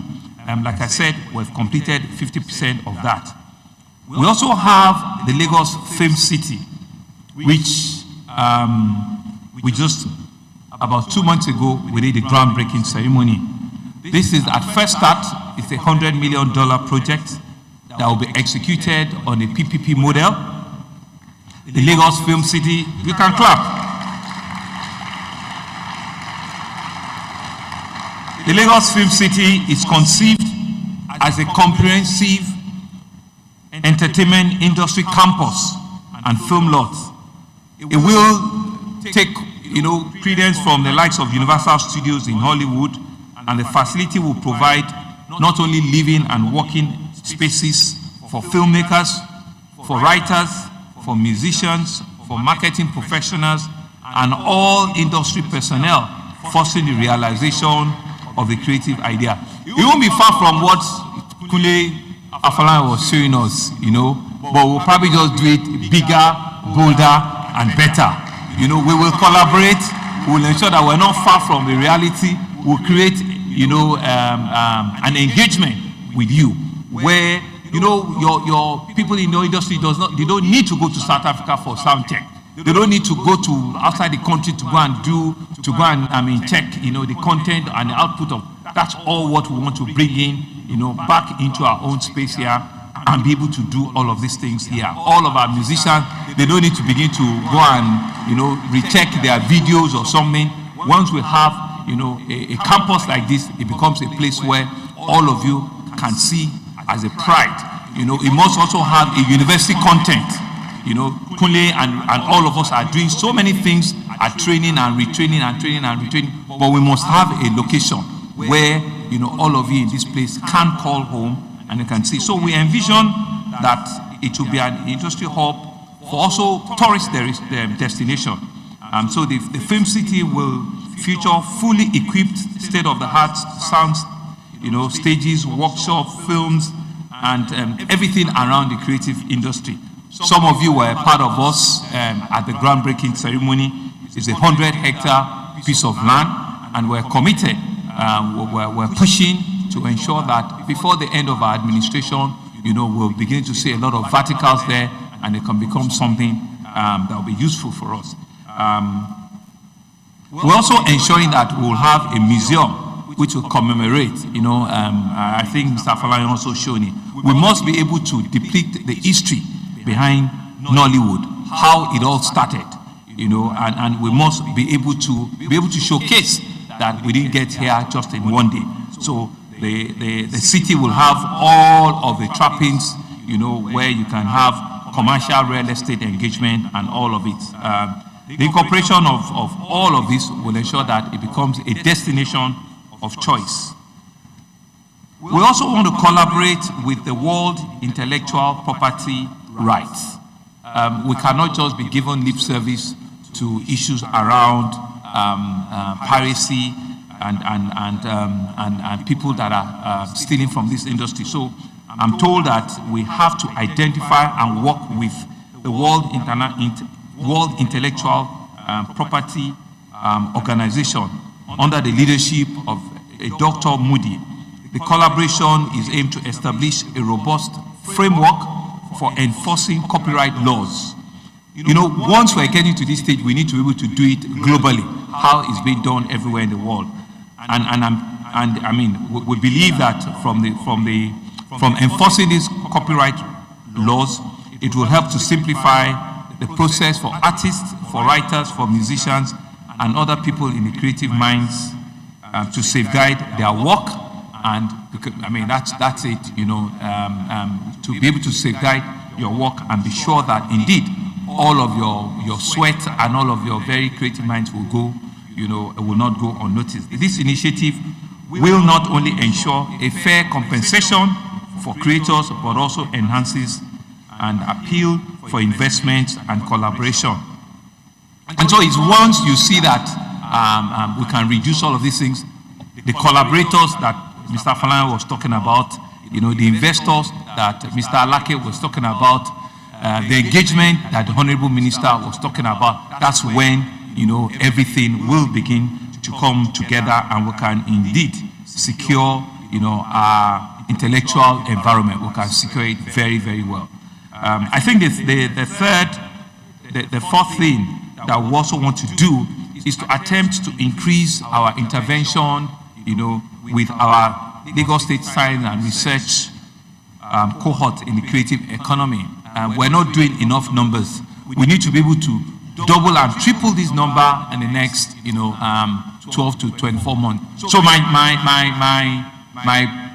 challenge to all of you is to be able to work with us so that we can move from these paltry numbers of 60 and 70 startups and this small amount that is less than 1 million, we can indeed grow this in leaps and bounds. And there are grants, you know, there are grants that we just want you to see government as an enabler. We want you to see government as a supporter of this industry. All you need to do is to wear your creative mind, is to think out of the box and to be able to engage us. And that's what we're here for, you know, to be able to support you. The first 2 million or 5 million that will help you even be able to scale, we can give it to you. We can support you. We can enable that to happen, you know.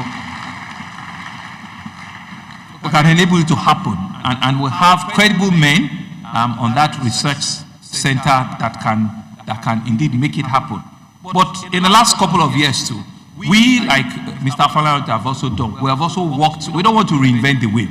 We have worked with people that are already in the industry that are training people. Ogidi Studios, for example, we've trained almost 2,000 with them. The African Film Academy, which is run by late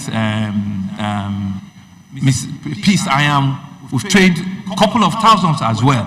You know, the Ebony Life Creative Studio, We've also trained thousands of people. The Del York, Film Academy, we've trained thousands and thousands of people. So these are all 4 institutions that are in your industry that we're giving them grants so that they can train you more. They can train a lot more people coming out, from university, people that just want to get into this space. And these are some of the things that we believe that government needs to do to be able to enable, and push, all of the conversations in this industry. And we want to do more. Like I said, we want to do a lot more. Tuboson had mentioned that our innovation bill must be passed within the first quarter or so next year. The federal government we're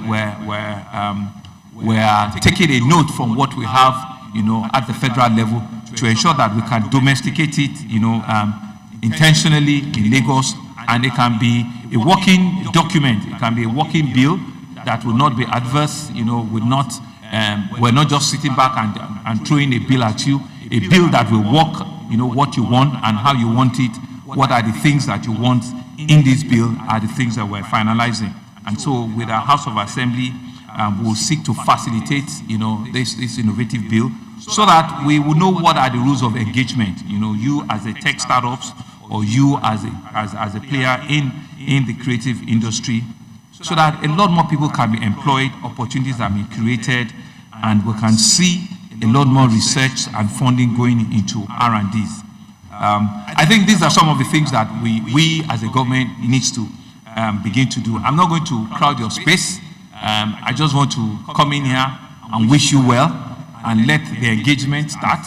Tubo also has assured me that between today and tomorrow, investors will come out here, and so both startups and investors, we need to be able to create that ecosystem for you guys to handshake. It shouldn't just be a talk. You all should come here, living here, believing that you have seen a potential investor. You've been able to make a pitch as into what your ideas and what your minds and what the things are. And the platform and the portal that Tuboson also talks to, try and go there so that you can further engage yourselves. You don't need to go to things, or you don't need to recreate what others have recreated. You just need to be able to think, globally and act locally. You just need to be able to know what are the things or where are the places you need to go to, so that you don't need to, You don't need to waste your time trying to reinvent what has been invented. If you go on the platform, like I said, I'm sure you can see a lot of collaborative effort, and you can begin, to design things that can work, for you. And so in conclusion, our journey towards a digital Lagos is propelled by a creative economy, which is backed by robust figures and data that we see. We believe it's a collective endeavor that requires synergy of government, that's why we're here, industry players like yourself, people in the academia, civil society, big industry players like Huawei. We can build a future where innovation knows no bound, where creativity flourishes, and where the digital heartbeat of Lagos resonates across the globe. I believe this, for me, will be the takeaway, will be the things that all of you that have come out here, say to yourself that you need to live, today, tomorrow, with a tangible resource that you can take back. I want to thank you, and I trust that the discussion that this conference will initiate, along with the resulting outcomes, will certainly pave the way for a threefold increase in the value that the creative ecosystem has. We believe that when we work together collaboratively, we actually can quadruple and triple what we're currently doing. And with the likes of Dr. Tijani as a minister in that space, with the kind of things that we see, Mr. Asike are doing, and all of you that I cannot make out your names here, Kunle, we can leapfrog this industry. We can take this industry 3-4 folds in less than 12 months. And that's a commitment that I want to leave with you. I want you to leave here reassured that when we come, and we're reviewing what we've done with Art of Technology 5.0, by the time we're doing 6.0, we all can beat our chest and said that in the creative industry, in the innovative industry, Lagos State has been a strong enabler. The federal government has created the opportunity for us, and we industry players have seized and utilized the opportunity that has been created so that we can indeed build an economy and build an ecosystem that all of us will be truly, truly, truly proud of. Thank you very much for listening, and I hope that the engagement will start right away. Thank you. Thank you. Thank you very much, Mr. Governor, for that very packed executive address. I believe our Christmas and end of year came very early as we saw all the goodies on that list. And who knows, maybe we'll catch you in a film that's being recorded at the Ekpe Film City, the Lagos Film City. Ladies and gentlemen, you are still here at the Art of Technology Lagos 5.0. Welcome to everyone who has joined us virtually and physically. Next off, we have our goodwill message, and it's from one of our sponsors, Huawei. So if your hands are not too busy, please put your hands together for Mr. Terence Wu, Managing Director of Huawei Nigeria Enterprise Business Development. I think we can do better than that as he makes his way to the stage.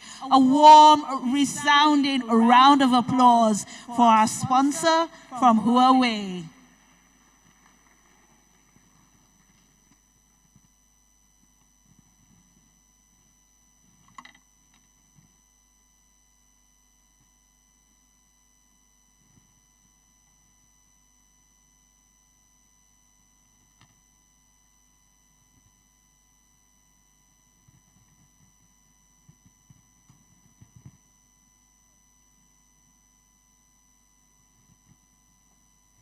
Sorry, can we have the clicker for the presentation?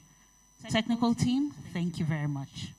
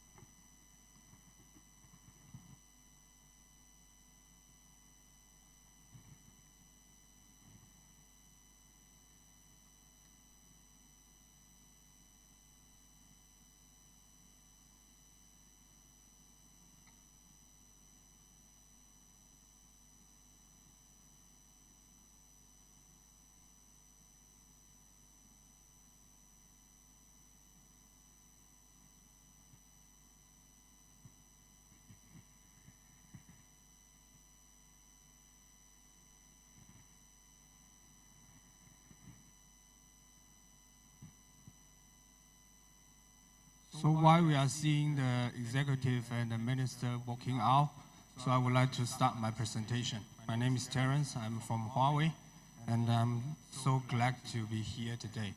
So distinguished guests, ladies and gentlemen, I'm really happy to be here to attend the Aot Lagos 5.0 today and to share some of our Huawei views and experience in the creative economy and the digital Lagos.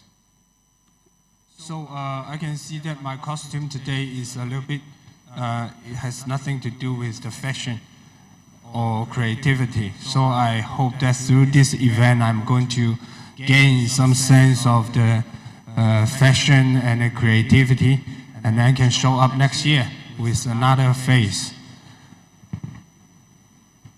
So we have been talking about the industry revolution a lot, and we can easily find that every round of the industrial revolution is accompanied with the energy revolution. And the information revolution, which has been taking place for over past 50 years, actually has been preparing our world to a new development. And the energy industry and the information have successfully reshaped our economic models from agriculture to industry and to today, the digital economy. And in the future, we will find ourselves in an intelligent world, the intelligent world that where the fifth industrial revolution will fledging out. And the concept or the idea of the metaverse is seeing wide application, and the carbon neutrality is gradually becoming reality. So intelligent and the widespread use of the information in the real world allows us to converge the virtual and the physical world, and thus make resource and energy more efficient. So meanwhile, the digital transformation is built on the legacy previous industrial revolution. We can't say for sure that all 4 rounds of revolution has been complete everywhere. So I believe every country, every unit, entity need to design its own digital transformation strategies to based on their unique circumstance. So what kind of digitalization can bring to us the benefit?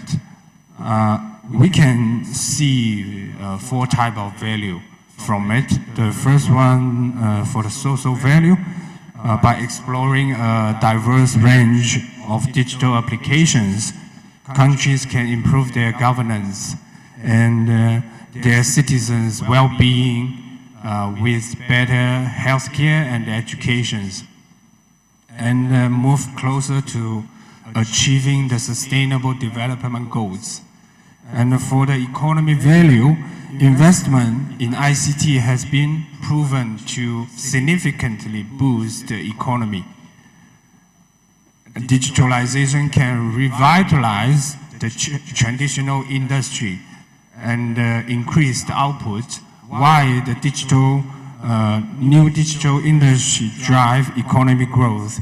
Countries with better digital capability are more likely to become more competitive regionally or internationally. And what's more, the data show us that for every $1 spent on ICT, the GDP can grow up to $3.5. This multiplies effect is more salient in the developing country. And for the industry value, in addition to the boosting revenue and the cutting the cost in existing industry, digitalization has the potential to create an entirely new industry, drive structural reforms, and promote industry upgrade towards quality in development. And last, for the business value, we can easily find that digitalization can be an affordable way for business to improve their efficiency by improving their solution, their management skill, their process, and more. And the business can also monetize their new digital capability by enhancing existing products and services to generate more revenue. So, in order to accelerate the development of digital economy, we need strong and consistent policy support.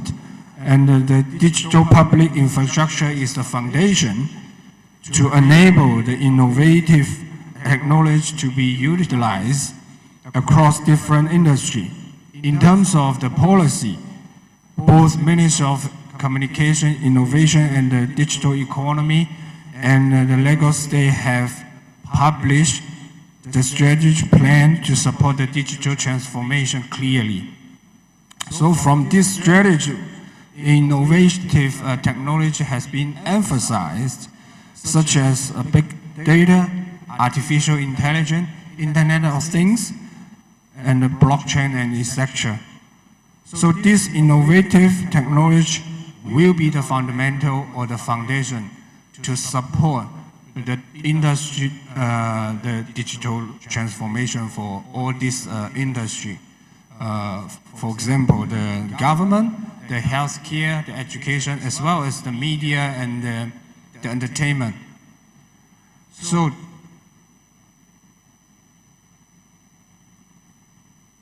today we can find a lot of leaders from media and the entertainment industry. So what does the innovative technology can bring to the media and entertainment industry? So through multiple cooperation cases between Huawei and the companies in this industry, we have summarized a model we call E-Cube, which stands for efficiency, evolution, and experience. So today, different kind of content has been introduced to us. From the movie, film, television, digital content, including the short video, the live streaming, and etc. So the efficiency, we aim to improve the content production efficiency. Some special effect shots of movie requires 3D modeling, editing, rendering, and asset management. So taking a science fiction movie, The Wandering Earth, second as an example, Huawei's public cloud is able to help the movie producer to improve the rendering work that used to take 1 week, now only take 1 day. So this is a great efficiency improve. And for the content distribution, ultra low latency, high definition is the basic requirement currently, and we are looking forward to see more and more innovative experience coming. The integration of 4 dimensions of the smooth and high concurrency technology will help us to realize the ultimate user experience. And some of the TV programs or shows are now adopting the VR technology to realize the function of self-view, and the user can experience 3D vision directly without glasses. And for the content consumption, evolution is also very important and happening across the whole industry. So from the professional content, which requires expertise, requires a very senior, skillful designer to produce. But now we are seeing that currently the very popular content, which we call the AI, generate content, is getting more and more popular, as well as the virtual digital human, which is also be introduced to the industry, to the people. So this all triggering a new explosion of media content, which will attract more users to consume. So moving forward, in order to boost the create economy and accelerate the digital transformation for Lagos, collaboration of stakeholders from different industry need to be strengthened. We can see from these slides, we need the fundamental research, we need the application, we need the basic infrastructure, we need all the industry to contribute to the digital economy, or we call it the creative economy. And then eventually we are able to achieve the strategic plan of Lagos State. So as Huawei, from Huawei side, we are committed to increase investment in innovative technology such as big data, AI, IoT, and etc. And we will also work more closely with our partners from various industries. to build a reliable digital public infrastructure. And we look forward to play a more proactive role in the journey to Lagos Themes Plus strategy to achieve a better and more digital Lagos. So once again, thank you very much for listening, and enjoy the rest of the event. Thank you.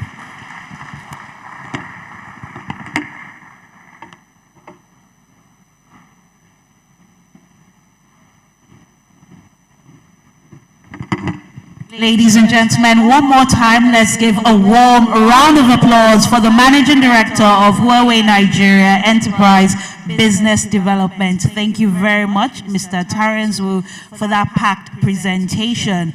Now, for those of you who are wondering how to get access to the Aot Lagos brochure, you can bring out your mobile phones and type aotlagos.com/brochure.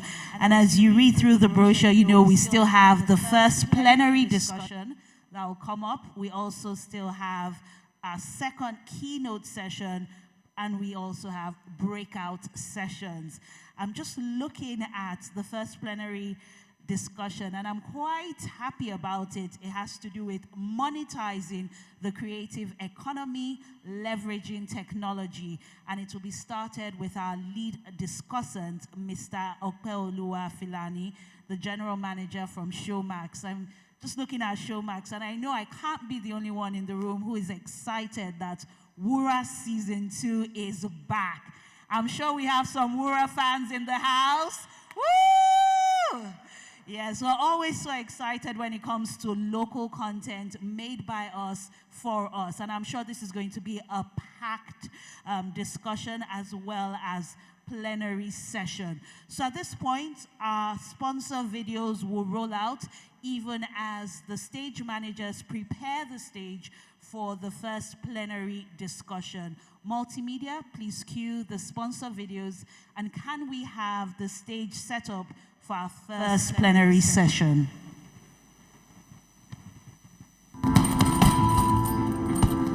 What does it take to be a champ? What does it take to win it all? It's discipline, hours spent honing those skills.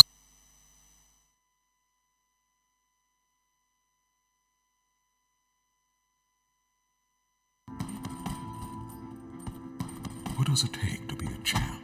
What does it take to win it all? It's discipline, hours spent honing those skills. You train, you punch, you skip, you run, you fight and keep fighting. It's sweat, tears, and blood. A lot goes into being the greatest, but the most important thing is risk. They say no risk, no reward. But with over 50 years of skill and discipline, it's a risk worth taking. Take on life's risks confidently today when you choose ICO.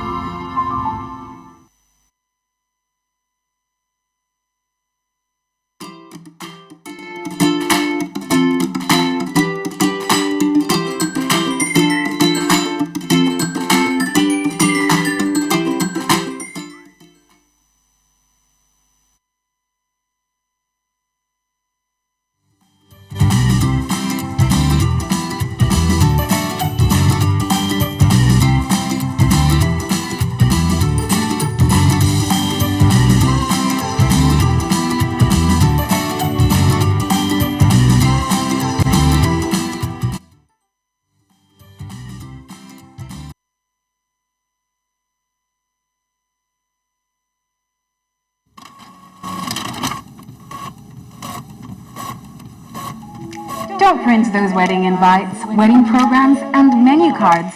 Here's why. Event budgets are skyrocketing. But Livit can help you save costs. Livit helps you distribute unique digital invites, manage access, distributes digital programs, and share pre- and post-event pictures with your guests at a fraction of the cost of printed invites. Here's how it works. Upload your guest list. Guests will receive invites that include a unique access code via text message and WhatsApp message. Your guests will also receive a pre-recorded phone call in your voice, notifying them of the invite sent via text and WhatsApp. Upon arrival, invited guests will be verified using the unique access code sent to them or a state-of-the-art facial recognition system. Doesn't stop there. Guests are also able to find their way using our Google Maps integrated direction system. Talk about stressless. Save money, use Live It.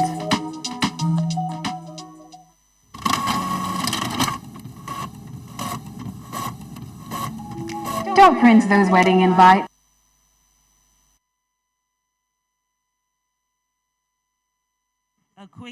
A quick announcement. Please, can we have the AOT Lagos judges move to the left of the stage? There's a young gentleman waiting to usher you to the AOT Lagos deal room. So can we have all the AOT Lagos judges make their way to the left of the stage as a gentleman who is waving his hand, I believe. Yes, please wave your hand.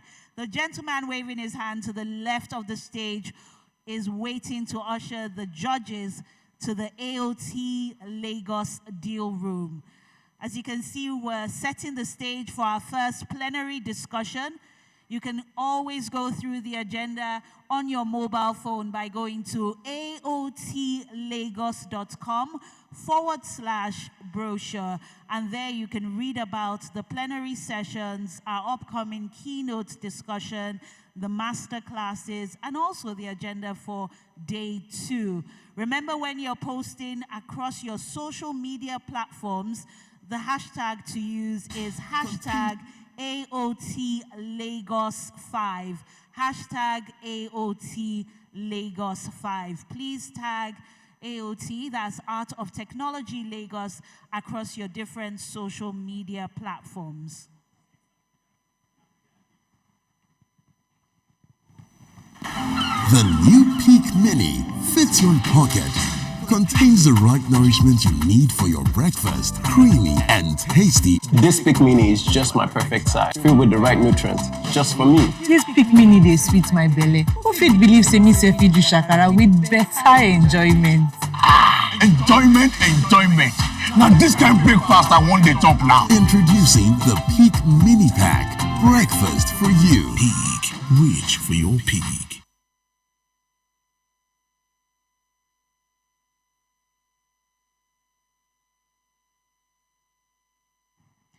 Ladies and gentlemen, our first plenary session is looking at monetizing the creative economy, leveraging technology.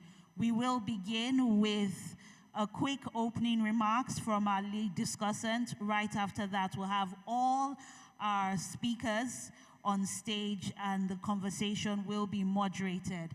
So at this point, we're just finishing with the stage arrangement. But I encourage you to use this time to post on social media using our hashtags AOT Lagos 5.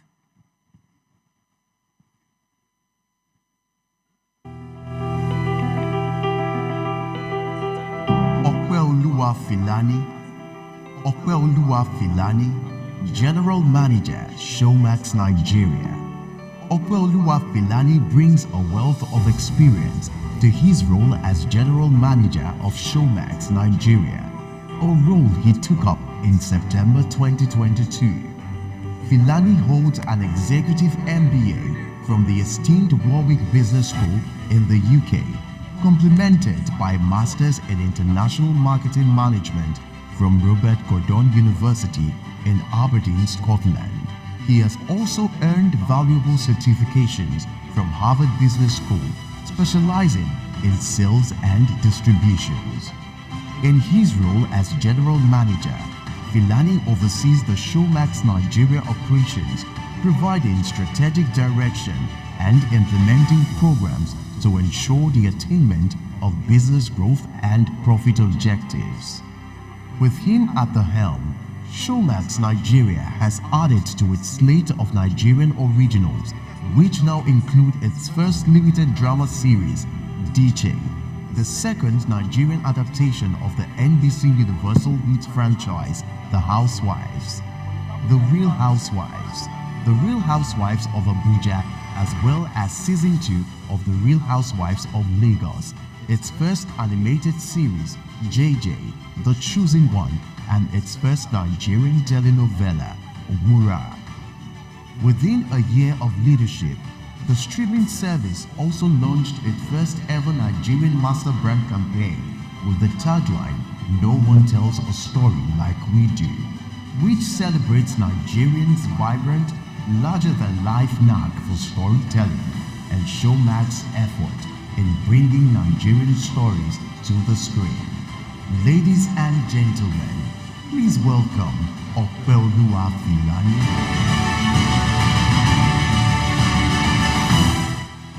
Thank you. Good morning, ladies and gentlemen.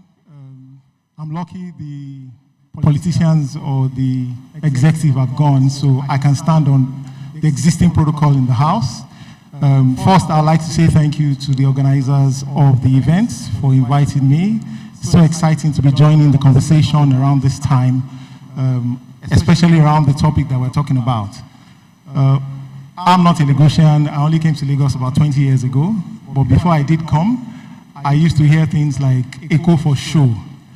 And indeed, looking at the creative economy in Lagos, over the years that I've lived here, it has continued to become vibrant and more vibrant even in the years. Today, I will be leading the discussion around monetizing the creative economy, leveraging technology. I'm sure that the organizers have chosen for me to lead because I do work in that space. As I've been introduced, I am the first general manager for Showmax, and Showmax chose Lagos as its second location to actually set up an office, which happened about 15 months ago. If we can all settle down, I know it's difficult to actually speak after the governor has left the House, but I'm sure we are going to have an exciting time discussing this topic. So we go right into it. Just as a precursor to the conversation that we're going to have, we know that monetizing the creative economy through technology involves harnessing digital tools and platforms, finding ways to actually monetize the creative content or creative things that people are creating all around us. A few years ago, as my brother Kunle had said, when you want to sell your music or your movies or anything that you have created, you probably have to find a way to a distributor at Alaba to try and get your movie sold. But today, even within the hall, I looked around, so much content is being created on our mobile phones and is going on platforms like Twitter, on Facebook, or even on streaming platforms that are free, on YouTube. Many people can create a YouTube account today and just start to put content there, and they can monetize this based on their following. I think this is a great achievement. As much as this is there, it also comes with a lot of challenges, which I'm hoping that within the course of the conversation today, we'll be able to touch on. I'm glad that Kunle and, of course, the governor had mentioned a couple of things, and, of course, the Honorable Commissioner had mentioned the kind of things that Lagos is doing. No doubt, Lagos has all the ingredients for a creative economy to blossom.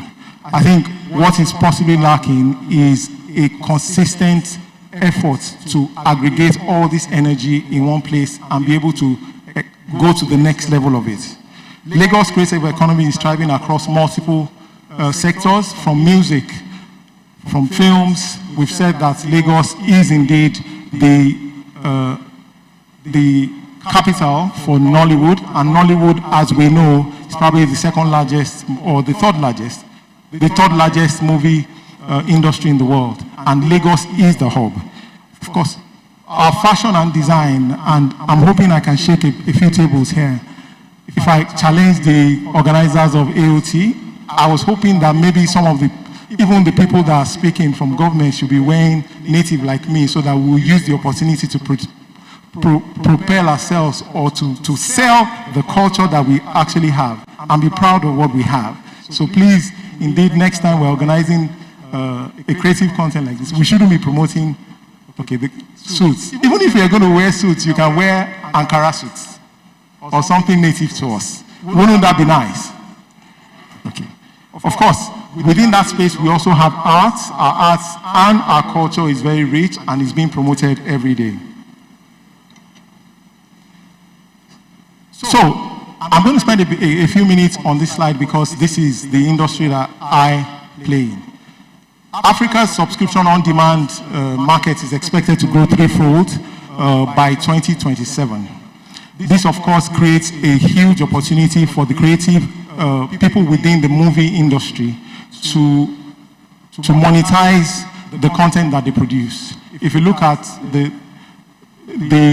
graph below, you'll see that of all the territories that have SVOD, the subscription video on demand service, Sub-Saharan Africa has the least penetration when it comes to households. You have 2% penetration in Sub-Saharan Africa. This means that the most opportunity in any of this sector exists within Sub-Saharan Africa, and this is the space where Nigeria is. That is the reason why today, or over the last 3 years, you've had all the international, most or all the international SVOD companies trying to come to Nigeria. We've seen Amazon and Netflix set up here.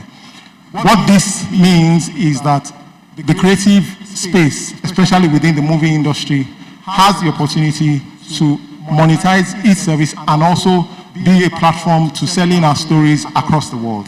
At Showmax, we pride ourselves as a streaming platform that is made for Africa and by Africans. What we simply do is working with local talents across the value chain to ensure that all the content that we produce, especially at Showmax Originals, are produced locally by local talents and to the best of standards. And anyone that has worked with us over the years would attest to the fact that when you work with Showmax, we simply add value to the kind of production that you get.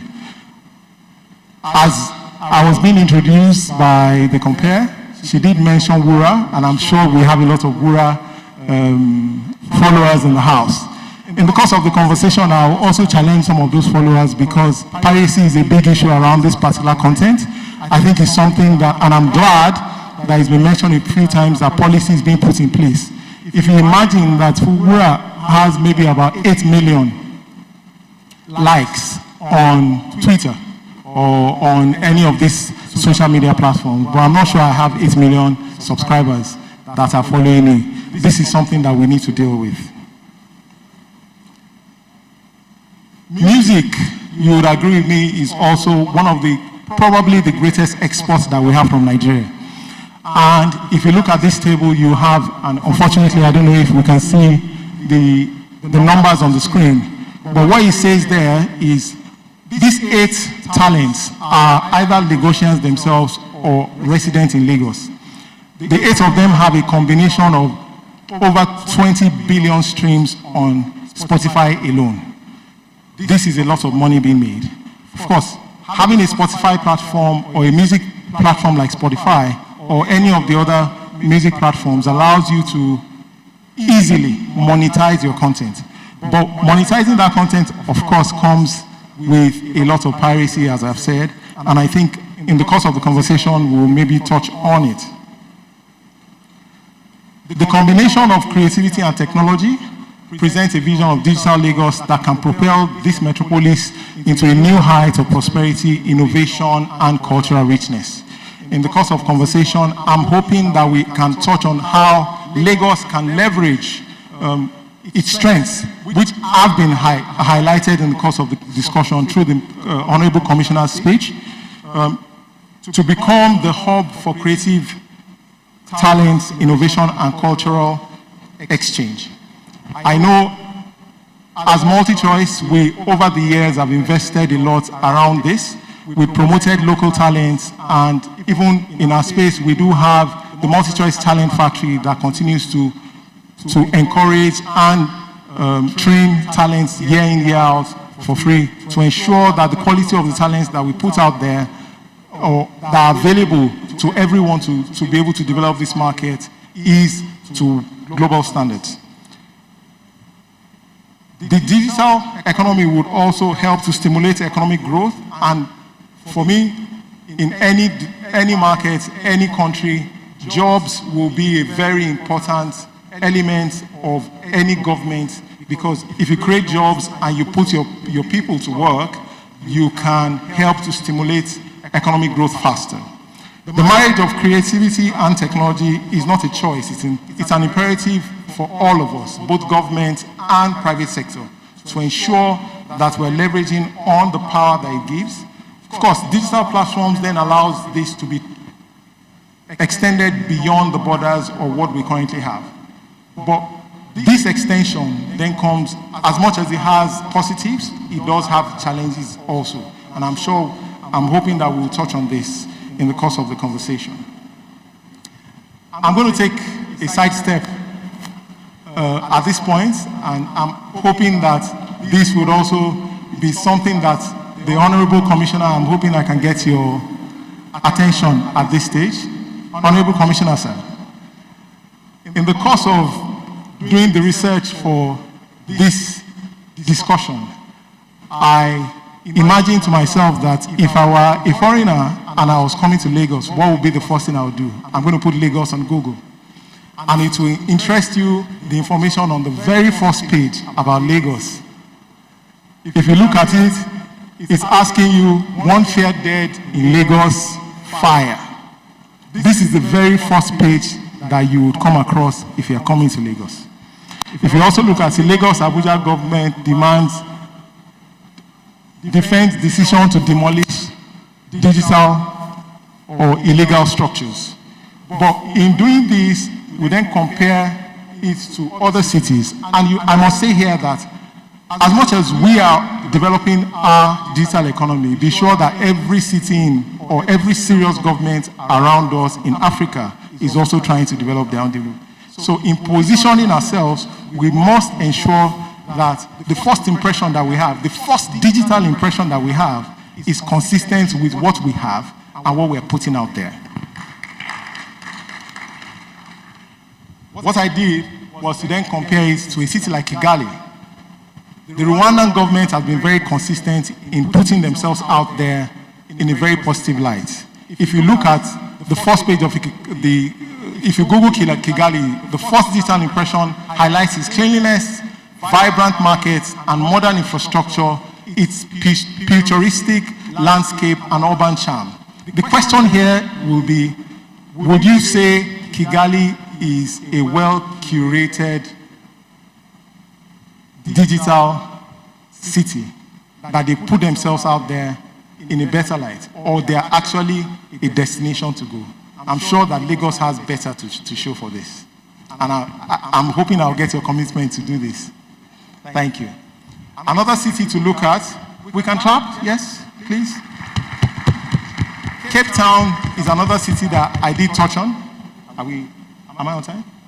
Thank you. Don't worry, I'll be done in 5 minutes. Cape Town is another city. There are a few things that Lagos can take from this city, because if you look at this site, it simply helps anyone to portray the positives. It helps anyone that is looking to come to Lagos to be looking forward to coming to the city that they're going to. Very quickly, I'll just touch on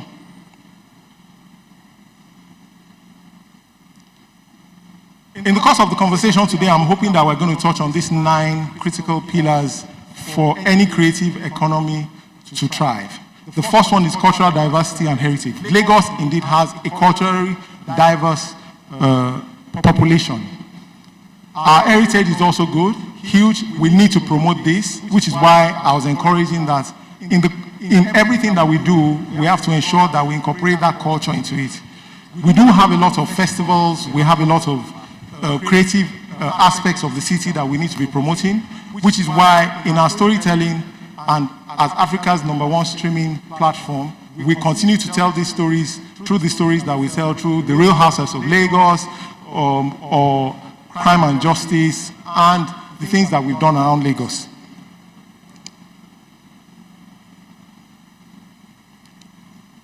Well, because of time, I was going to share a case study around Cannes, but I think we can, in the course of the conversation, I will talk about it. But one city that I've visited that I see that they've used their creative economy very well over the years is the city of Cannes. Cannes is the second largest city in France that promotes creativity. If you go into that city, it's about 19 kilometers square in all, but the amount of resources that comes into the city just based on those festivals that they do is enormous. I remember discussing with some of my colleagues that attended, average cost of anyone that is going to that city, you'll be spending nothing less than 10,000 euros.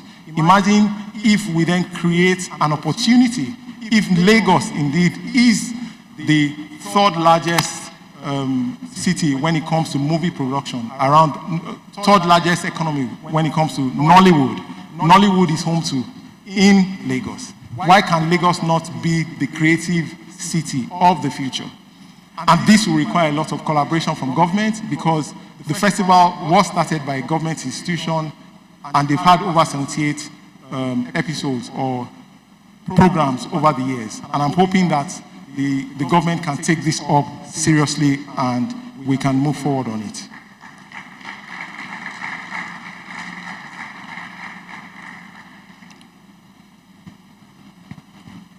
Finally, by leveraging digital tools, platforms, and innovative business models, creators can unlock diverse, By leveraging digital tools and platforms, innovative business models, creators or creatives can unlock diverse revenue streams, connect with global audiences, and transform the passion into sustainable, profitable ventures using these platforms.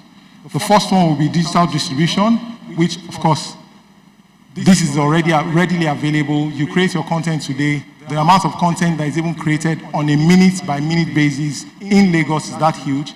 We have to find a way to help curate this content in a way that is monetized and it can be to the quality that the global standard will expect.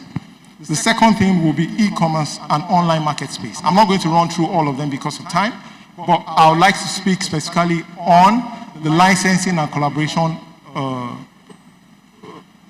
with platforms.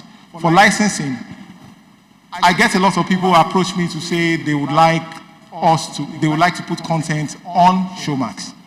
But to do this, you have to meet certain standards. And we take pitches on a day-by-day basis, looking through these pitches. But for you to be able to achieve or to get on, there's a standard that is expected. And beyond just Showmax, because of these digital platforms, we have across the value chain from script writing all the way to sales can be done digitally.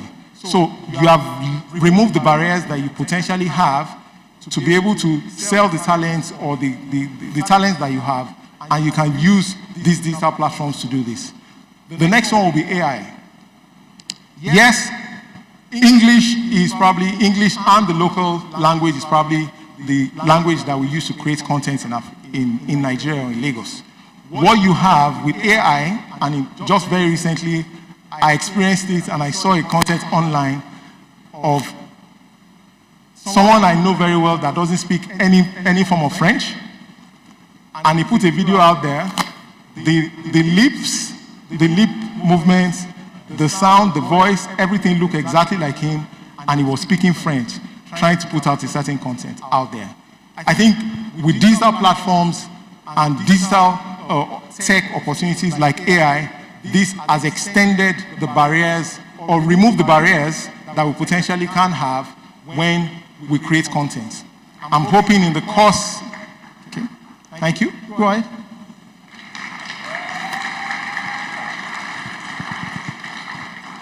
In the course of the conversation today with my fellow discussants, we will be able to touch deeply more on this. Thank you very much.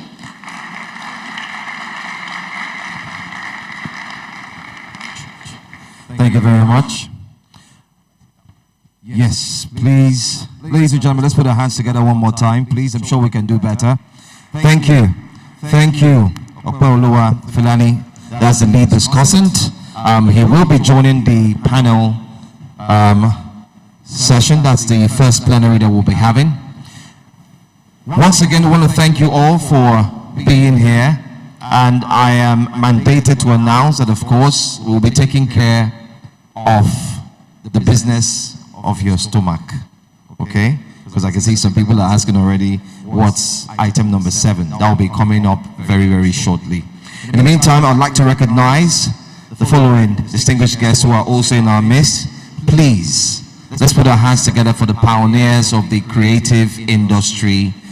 The pioneers who have done more. The pioneers who saw before we saw. Put your hands together for Baba Kenny Ogumbe in the house, as well as ID Ogumbe in the house as well. Baba Keke, you thought I won't see you, Abi? You were sneaking in carefully. Yes, they saw the future. And what you started contributed to the reason why we're here. So we thank you so much. Thank you. Thank you. We also like to recognize one who has been at the forefront. I was shocked when I saw him rapping recently and dancing. I said, this man does not want to let things go. But of course, they also were people who started music management, artist management, road managers as they were called, and the likes. Please, ladies and gentlemen, put your hands together as I also recognize Efe Omorobe in the house. Thank you. Thank you. So for all the young talents who said they wanted to learn more about the music industry, you have everybody who is here that you can learn from. If you're thinking of going into the digital space, social media, own a website, have stories, make money, get adverts and so on, please put your hands together for a pioneer platform that introduced us to how blogging can be done, most importantly, fashion, news, and the likes. Put your hands together for founder of Bella Niger, Uche Pedro in the house. Please stand up for recognition. Thank you. Thank you. I'll recognize the following distinguished guests as we proceed. But in the meantime, let's go straight to the first plenary discussion.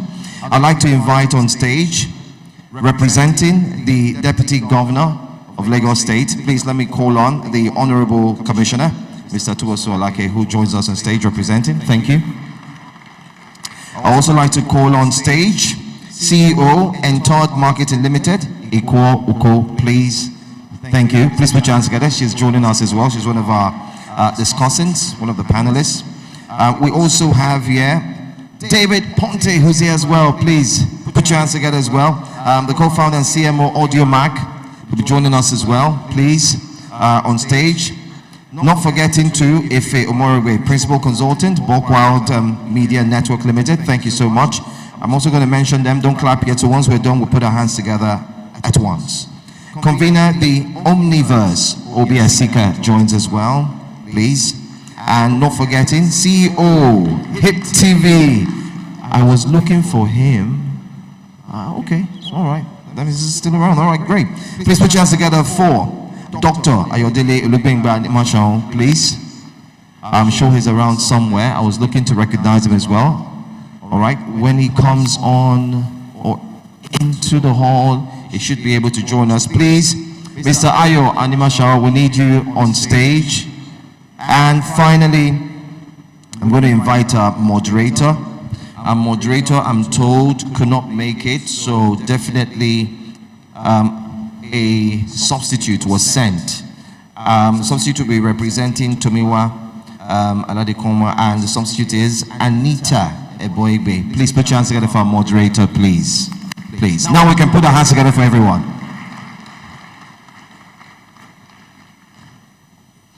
I also like to invite our lead discussant who spoke earlier, because this conversation involves you as well. So please join them on stage. The theme for this panel session, the theme, okay, I can see Ayo Animasha. Okay, hopefully he's going to come back in. Please, when he comes in, we'd like to invite him on stage immediately. The theme is monetizing the creative economy, leveraging technology. A very interesting conversation that we're going to have. I wouldn't want to go deeper or start talking about the benefits of this panel session, but I want to implore you to please pay more than the usual attention and do your best to take notes so that you can see how to monetize possibly your content, or your business. So, over to you, panelists, and of course, the moderator. Thank you very much. Hello, everyone. Good afternoon. I'm hoping that this is a conversation that we'll all be interested in. It's practically talking about money, and I haven't met anybody who doesn't like talking about money, so I'm hoping that we'll all have a very nice time talking about this. But I think this conversation about money is more centered on content. And earlier when you were talking, Mr. Filani, you were mentioning how almost everybody here is creating content. So I'm going to start with you, and then we'll take the conversation on. And the first thing, I really wanted you to expand on how Lagos State can become, how you put it, the creative center, you know, just referring to Cannes in Paris. And you have this 9-point agenda. And I think that we can build the conversation from there. So if you don't mind just expanding that.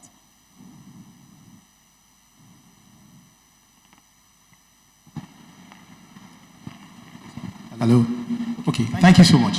Well, I think all the building blocks are already there for Lagos to become a creative hub. What I think we now need to do is to consistently project what we need to do. So in terms of what's the vision, we might not be there now, but 50 years from now, 20 years from now, because we don't have to wait 50 years to get to where we need to go. The creative energy of Lagos is high. The population of Lagos is young. They're digital natives already, which is why I referenced the fact that everyone, almost everyone in this hall, is already doing something on their phone. Even as I speak now, I can still see so many people checking their phones for particular content or creating content on their own. So how can Lagos position itself? I've mentioned that the key things are majorly infrastructure. I like that the Honorable Commissioner had challenged and committed to the fact that 1 year from now, he's going to open up a particular channel that can allow digital creation or the speed to create. For us, as the internet penetration grows, availability of data, you have a higher streaming speed, we can create more content and have access to more people. There are so many barriers that any streaming platform would have when they come to a place like it. Remember that the platforms are built for a global market, so they are not built for Africa. They do not remember that we do not have credit cards. Maybe we only have about 200,000 credit cards in Nigeria. Payments is a major barrier. So government needs to work on unlocking those barriers. And I'm sure Lagos State might not be able to do that on their own. You might have to work with the federal government to see how we unlock the different barriers that allows creativity to grow. Because whatever we're doing, we're going into a global space that is already made and formed. It doesn't realize that we have limitations, although these limitations also create an opportunity for locals to then create solutions that can solve these problems. Case in point will be payments. Thank you.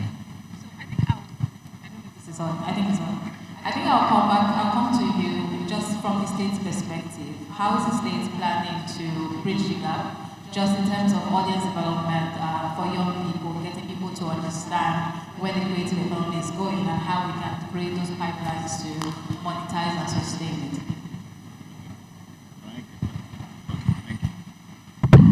All right, thank you very much. So I think it's also important for everybody in the room and for people that are visiting to understand where we've come from, right, and where we are today. Back in, because I used to be I was just telling Mr. Fulani, I used to be in the streaming business as well. I ran a movie streaming platform for Film One when I was the GM. And, you know, at that time, I remember what the internet speeds were like, right? Before we had gigabit speeds now, 5G, 4G. This was before 5G. This was before 4G. This was around 3G. I remember when Jason Njoku too had Iroko TV back in the day when, it was just very hard for the average person to afford internet service. And now there's been tremendous infrastructure spread across the nation, particularly in Lagos. Lagos has a heavy tele density. It's about 600 naira per gigabit now, average price. That is also dropping because of what Lagos State is doing today, the Metro Fiber project, right? And basically what that is doing is not just government putting fiber in the ground, it's us de-risking private sector infrastructure providers, right? Because government cannot wire every house. How can we get the MTNs, the Airtels, and the rest of those guys putting fiber in your house? Is by making it cheaper for them, giving them incentives. And so if they don't need to dig the ground anymore, right, so they save on infrastructure deployment and they can pass that on to customers. When those savings are passed on to customers, people like the CEO of AudioMark here can see that, okay, when he does his business plan, the average consumer should be able to afford a gigabit, 2 gigabits per day, and then his business case starts to make sense. So for us, de-risking the infrastructure environment is one of the things that we've already engaged on and will continue to do.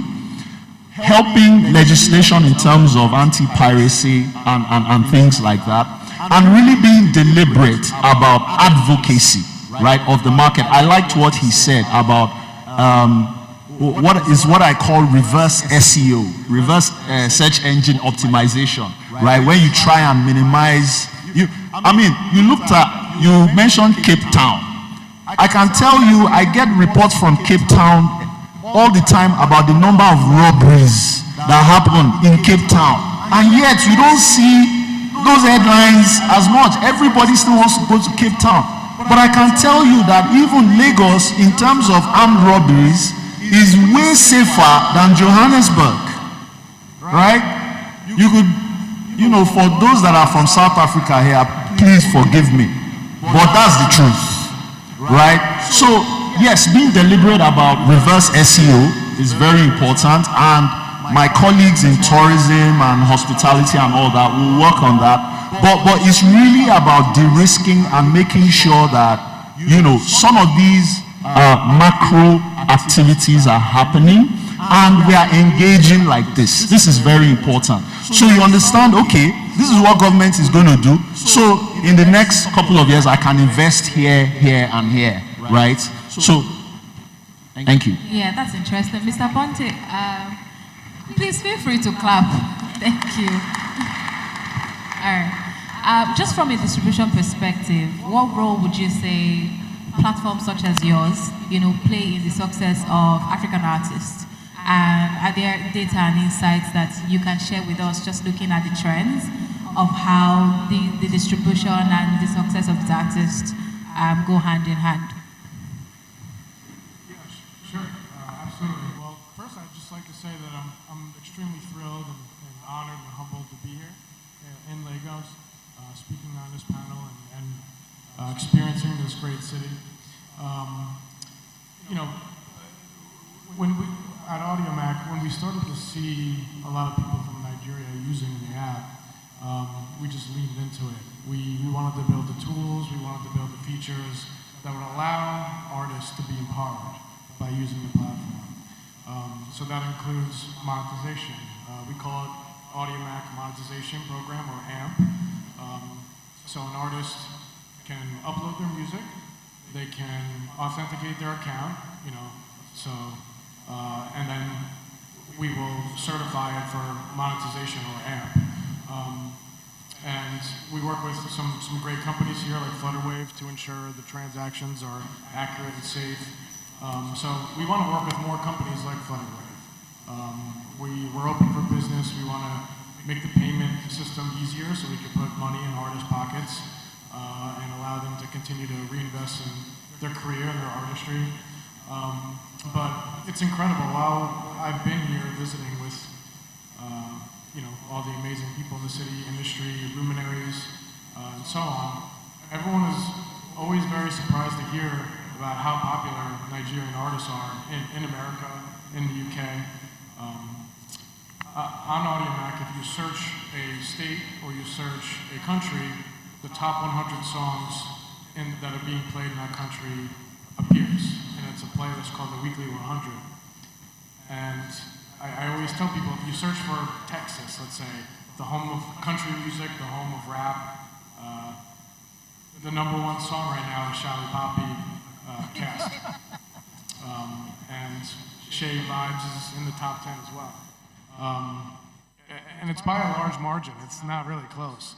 So if you search New York, you search Atlanta, Maryland, Toronto, you're going to see a lot of Nigerian artists there. So it's a focus of mine as a chief marketing officer to get the music that's being made here in Nigeria, in West Africa, and the continent in general, and push it around the world. So we're extremely proud of that, and we're going to continue to foster that growth and spread of that music. Yeah. I don't know, I'm particularly happy about the Shally Poppy part because I'm from Edo State, so there's a lot of bias here. But thank you. Just Ms. Uko, I just wanted to talk more about just identity, brand identity. We've talked about distribution, we've talked about things from the government side of things. But for the creatives themselves, what are the things you're seeing that are missing when they're trying to build brand identities, especially when it comes to leveraging technology? Thank you very much, and good afternoon to everybody. You know, the issue of brand identity is something that starts actually offline. But I will come from a more global perspective, which is, let me take Nigeria. And this is where I believe we can help ourselves to tell authentic stories. It's important that as a country, we define what story does Nigeria want to tell. And this is where, I, as a foodie, would then distill that, and somebody in film will distill that, and somebody that is an author or a musician can distill that into their stories. But you have to decide what that brand should be. I remember going onto social media after I retired from my 9 to 5. I mean, you can imagine a 60-year-old getting onto social media. At some point, I said, am I about to commit suicide, or what am I even doing? Because I was getting into a terrain where you had a lot of young people. But guess what? I put on my marketing cap, and I said, what is it here that can help me differentiate myself from the pack? Which was, like I said, I'm in the food space. And it took time, and it was about also listening to the customer. If we have time, we're going to talk about that. Customer listening. What is going on, on social media? What are they saying? And how do I want to differentiate myself? What do I want to be remembered for as a brand? For me, it was about, to preserve the identity of Nigeria through food. That was what I had decided to do. And therefore, whether I'm on LinkedIn, Facebook, Instagram, or any of the social media platforms, I then adjust my tone to suit those platforms. So the issue of identity is something that we build. The issue of brand is something that we build. Of course, it's not something that starts, just by your first post. It's something that is deliberate. You have to ask yourself, what do I want to stand for here? Yes, absolutely. For many people, it is about, let me get in there, let me make money. I remember the young man that the MC interacted with earlier on, and he was asked, what do you do? And I saw a Nigerian in him. The guy looked at the room and said, there must be opportunity here. Let me tell them I can sing. No, let me tell them I can write poem. But guy, what do you stand for? But obviously, at some point, we got to see that you could sing. So the point is, whilst we are there to do business, and absolutely so, that's why most of us are there, the point is, what would guarantee some sustainability there would be, you have to be standing for something. if you don't stand for something, then you stand for nothing. We heard earlier on when Kunle Afolayan talked about Wasabi. Just like him, I've also been enjoying the skits of Wasabi. But he has carved out a niche. There's something he stands for, on social. So brand identity is absolutely important, but you have to decide and say, what do I really want to stand for on this platform? Thank you. All right, thank you. Mr. Omarogbe, I mean, we've spoken about everything that we should do here, but we're very clear that piracy is a major issue. We've been talking about piracy for a very long time. And I don't know, but government is going to do what government is going to do. I want to hear, just from your perspective, what are the things that we are forgetting to mention when we talk about, the fight against piracy? Thank you very much. The fight against piracy is actually a pretty depressing subject matter to engage. The reason is because we appear to have put in a lot of effort over a very long period of time. But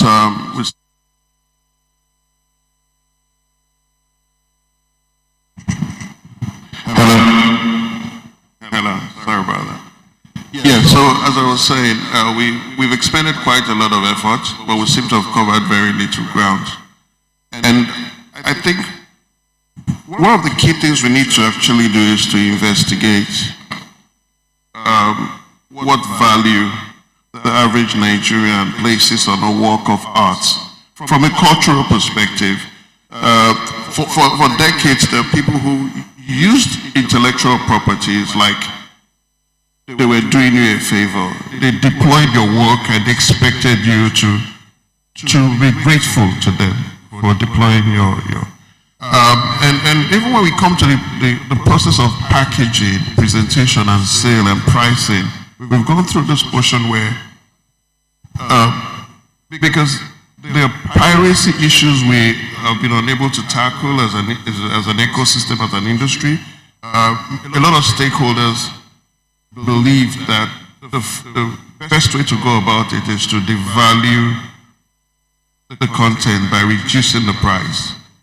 That's how we got to a point where when we're doing physical sales of music, right? The predominant thinking was that the cheaper the CDs, the easier it is to circumvent piracy. But it has become clear that even if you reduce the price of the product even more, you practically cannibalize the industry. It doesn't change the fact that people would rather try to get it for free or get it from illegitimate sources as opposed to paying for it. So it's not a price thing, it's a value thing. And it has taken us 30 years of hustling and fighting within the space to even establish that. And even till today, let me share stats. Myself and Obi, we've been in this stuff in the trenches for a few decades, right? And we're in a group, great group, Filmic. Shout out to Filmic. And there's a conversation about the size of the Nigerian music market compared to South Africa, for example. And we have a few colleagues who were not comfortable with the fact that on paper, South Africa was like a bigger music market than Nigeria. It didn't make sense. Burna Boy is Nigerian, Wizkid is Nigerian, Davido is Nigerian. So what are you talking about? So the conversation drifted to monetization. Because it's one thing to create the content, it's another thing to actually monetize it, right? And in that exchange, I highlighted the fact that you shouldn't be talking about South Africa. Go to Botswana, right? There are 6 broadcast stations in Botswana whose collective sum for licensed music, for royalties in 2021 by IFPI results, 6 broadcast stations paid more in music royalties than 500 plus broadcast stations in Nigeria put together. So let's do the math. Music, you derive more revenue from music distribution within the dissemination within the broadcast space in Burkina Faso than you do in Nigeria. So when we have these conversations about piracy, of course, it starts from the value that you can extract, how you can optimally monetize intellectual property. So when from the level of TV, radio, hotels, bars, clubs, when there's a culture of non-compliance, when there's a culture of non-recognition of value, then you understand that, what you see at the digital piracy level is just a reflection of that mindset. And what stakeholders have always done is, we take 2 steps forward, we meet resistance, we take 3 steps backwards, and we ask ourselves, what if we made this film cheaper? What if we made the download cost cheaper? But you're engaging the same market. The people who are in that market, they're buying clothes. And they're not buying clothes because the clothes are cheaper. They're buying the same economy, the same dynamics. They pay for other stuff. I have promoted Buckwheat and Breadless since 2010. When I'm in the States and there's invitation to come see like an NBA game, a few weeks ago, Manchester United had a preseason friendly match against Real Madrid in Houston.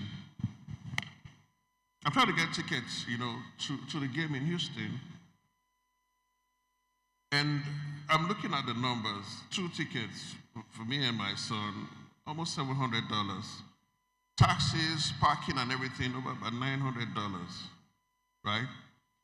You want to see an NBA game, you want a front row seat. So the celebrities pay $5,000, $10,000 to be on a ringside seat to an NBA game. I do Buckwheat and Breadless. I go to a hotel or I come here, I spend tens of millions. And 80% of the industry guys are calling me, asking me for complimentary tickets and tables with a sense of entitlement. Eventually, you give someone table tickets, and they look at it and call you, but if you not try, how are you going to sell me silver table now? What about platinum? So, engaging piracy and fighting the culture, improving compliance is something that has to start from an awareness level, government policy, enforcement. We have fantastic laws. The new Copyright Act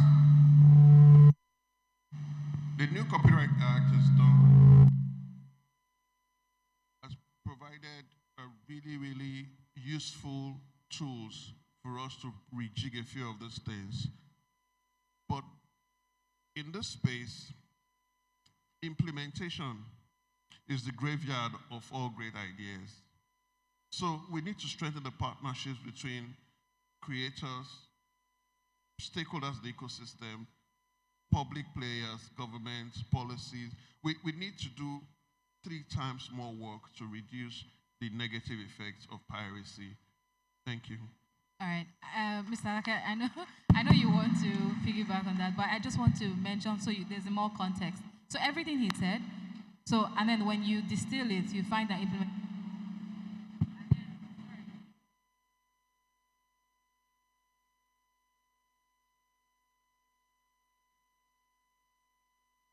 So you find that implementation is one thing, but also audience education is another thing.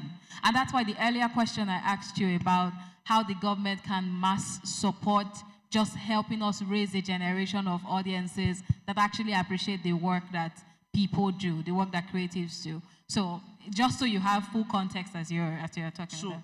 I think very interesting observations and things within the sector that you bring up. And before Obi, the kingpin over there, answers, please, how many people have downloaded pirated music before? Come on, please tell the truth. There's no police here who won't arrest anybody. How many people have downloaded pirated movies? How many people stream pirated movies? I have streamed before. I have streamed pirated movies before. Now, I want to use a few examples to see maybe we are thinking about this thing the wrong way.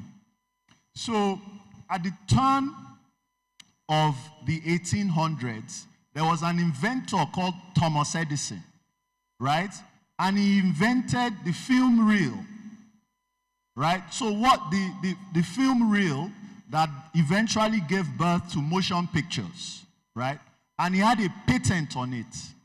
And here comes a bunch of pirates. They start using it, filming things, and they are not paying him his royalty. So I think it was in the East Coast at the time, the New York authorities clamped down on the pirates.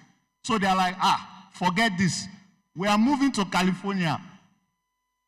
And so they moved to California. They were part of a consortium that founded the city of Hollywood, right? And they started filming using Thomas Edison's technology in Hollywood, far from the authorities in the East Coast that could not reach them. And that industry is the industry we enjoy today. Those, should I mention the name of those pirates? Universal Studios, Paramount, Columbia Pictures. All those big studios started as pirates. So I wonder if there is an approach we need to take. And now I don't have all the solutions, but I'm just thinking out loud. The second story is for those of you that grew up at the turn of the century as a teenager in the 90s, 2000s. How many of you use Napster? Napster, Audio Galaxy. Oh, which other one? LimeWire. The people here are too young to know what I'm talking about. They are too young. Which ones are you guys using now? You guys are looking like innocents. I know what's in your iPods or your phones or your torrents, BitTorrents. Right. Look, all of this was very prevalent in the early 2000s. In fact, it was a problem that the music industry started suing the torrent companies, but they weren't addressing the issue. It was an accessibility issue, right? How can I quickly, as opposed to waking up, going to the store, spending $12, $13, $20. I remember music that time in Nigeria was 2,000 naira for a CD. At the time when $1 was like still maybe 70 naira. It was 20 naira. It was bloody expensive. But a company called Apple created iTunes. They made negotiations with the record companies that, look, they think from their point of view, it's an accessibility issue, right? And so we will give you an amount of money and we'll make this thing available online. People can download it on there. And that drastically reduced all the torrents, all the audio galaxies and things like that. So technology and, thinking outside of the box can help. One of the things that I was thinking that could definitely help the creative sector is blockchain, right? And really helping maybe government see some of the ways that we can implement blockchain in keeping and making sure that, creative works are properly monetized. But I completely agree that we do need to investigate from a cultural perspective, what's the value? How do people value art? But I think when the technology and the creative thinking comes into there, I think we will begin to see some of these things. Thank you. Go to Mr. Tika. So I agree with my esteemed panelists up here. But one thing... one thing that wasn't mentioned is ease of access, right? So if you wanted to watch a Netflix movie, you could go to BitTorrent or whatever and download it, but it's much easier just to go on your TV or whatever you're streaming from and watch it and maybe pay whatever the cost is for a subscription. So when Audiomack began to grow in Nigeria, a lot of the pirates were uploading artist content, blogs, things like that. And that's how we started to gain some traction. We knew that this wasn't a sustainable way to deliver music to people. So we started to go to some of these blogs and really influencers and tastemakers and say, hey, we know you want to put your music on your blog. Use our embed, and people can stream it, and they can come to Audiomack and download the file, which you can't do anymore, but at the time you could. And that download came from the artist's account who voluntarily made their account and uploaded the song. So we provided an easier way for fans to access music and search for music and discover music. And the problem hasn't been eliminated, but it's drastically mitigated now. And now it's much easier to go on Audiomack or any of the other streaming services, search for an artist, find that song and listen to it, then that artist gets paid. So I do think the devaluing thing is true because, it's a race to the bottom at that point. But if the value's maintained when the ease of access is available, because people are going to just do what's easiest. So if you provide an easy conduit to get what they want and capture that value, then ultimately I think most people are going to gravitate towards that. Right. Mr. Sika, I think I just want you to come through on the sustainability part of this, because it's clear that piracy is not going anywhere anytime soon. So how can creatives develop more sustainable ways to get value, for their work? Yeah, thank you. I think that's what the creatives and the entire ecosystem has been doing for the last 25 years. As F.A. said, you go through different phases of fighting the piracy. I never used to call them pirates. I used to call them gap marketers, right? Because in essence, that's what he's talking about. It was about access. Back in the day, we were releasing an album. How do you get it around the whole of Nigeria, let alone the whole of West Africa? Most of the distributors themselves don't have the capacity to do that. So capacity and financial capacity to do distribution was a big problem. Now technology has totally changed everything. And Tubason was talking about the torrents, which have killed. I mean, there was a time, I remember we all remember 16 Hollywood films on a VCD for 150 naira or something. That in itself means the studios are not going to come into your market to invest in originals. So technology, though, with streaming has changed that to enable the studios to come in, but it's still only the streamers, right? So we still have a big issue in our markets in terms of value creation. And I'm not sure how fair it is to expect individual creatives to think up how to monetize. Because what happens is, it is people like Audiomack, Mdondo, Spotify, Apple Music. Those are platforms. We've entered the platform economy. So the platforms make it much easier for everybody to get something. But the question is, you looked at the room, if we look at Nigeria, I think out of our 200 million, we have less than 10 million monthly average users on any of the music platforms, and definitely not close to 10 million. Oh, you're 12 million? Oh man, you got to give a round of applause to Audiomack, because 12 million is a bigger number than I've seen. No, for sure. But then, even if you look on the TV side, we don't have anything close to that, right? But it just shows you the gap. So in essence, as much as we have opportunity, we have another 180 million people to be brought into the consuming space. So that to me is the opportunity, and it's a nexus of technology and creativity, because really what we need are more Audiomacks and more domestic platforms that are digital, that are owned by us, operated by us, and understand the culture. The issue of value is incredibly important, because if you don't see value in yourself, it is impossible for you to invest in yourself. So what we are happy about today is that places like Lagos State Government, the federal government with the Ministry of Creative Economy are beginning to understand that this sector is the sector that defines the future of nations. The stories that you tell define your future, And that's what the West has shown us for the last 500 years. Hopefully, Africa will understand that and engage it fully so that our nations back our creatives. It's not, because if you look at Nigeria, I think the biggest asset Nigeria has is Nigerians. It's Nigerians. And if you back the IP of Nigerians, you will see exponential returns. That's really my take. All right. Thank you. We're going to take I'm going to ask one final question for everyone and just want you to answer very briefly so they don't put us off the stage.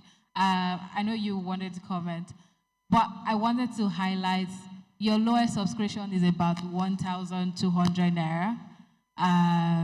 Mr. Alake mentioned something about accessibility. This whole conversation, what's your perspective on it? Thank you. So for me, I don't quite agree that it's an accessibility issue, because on streaming platforms, it's accessible to as many people who have access to internet or mobile phone. For us, we've also looked at the market and tried to figure out if it's a cost issue. The major barrier that people would have is data, right? So we've given an opportunity for a streamer to stream at 100 meg per hour, which is we are the only platform that you can do that with video. We were also the first platform to allow you to download the movie so that you can watch it offline. All this is available. However, thank you. Even with all this, you still find people even reselling content from our platform. I, for one, think it's an education issue. So you've mentioned culture, but the mass markets are still tilted towards the torrents, I can get it for free, or I can go place it on a platform and use internet to watch it, that you need to pay more because that platform requires a higher consumption level than if you paid for it on our platform. So all in all, I think one of the jobs that we have as streaming platform is to educate more that all these platforms come with all sorts of malware. You destroy your device. You're paying more in terms of data consumption, but on platforms like Showmax, you get it for 100 meg, you can download, you can watch anytime, and you still, if you aggregate the cost, you're paying less.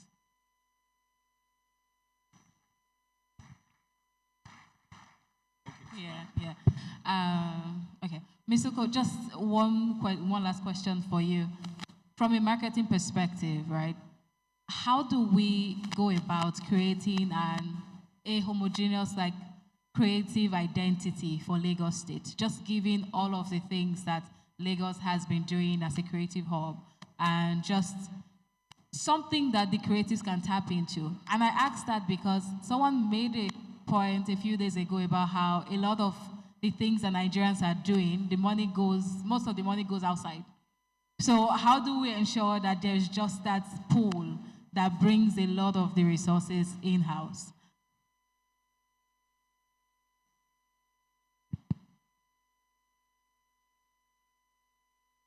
I think gatherings like this already start to sensitize us as to, should I say, our responsibility.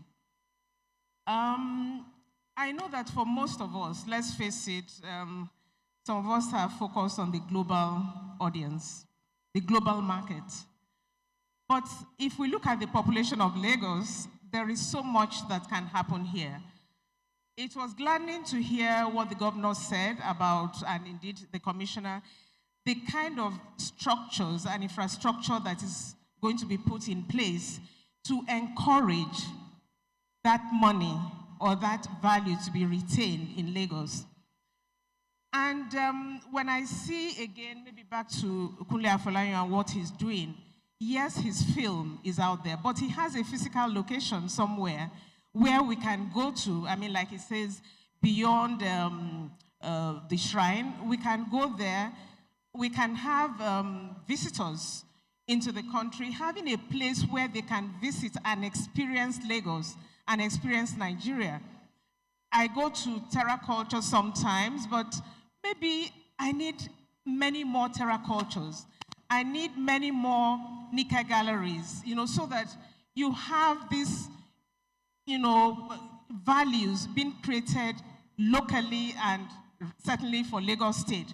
But I think, like we said, a few things would have to be in place. Internet connectivity, speed, and all of that. I tell you, in this room, you have dynamites here who can create. But the point is, do they have the infrastructure?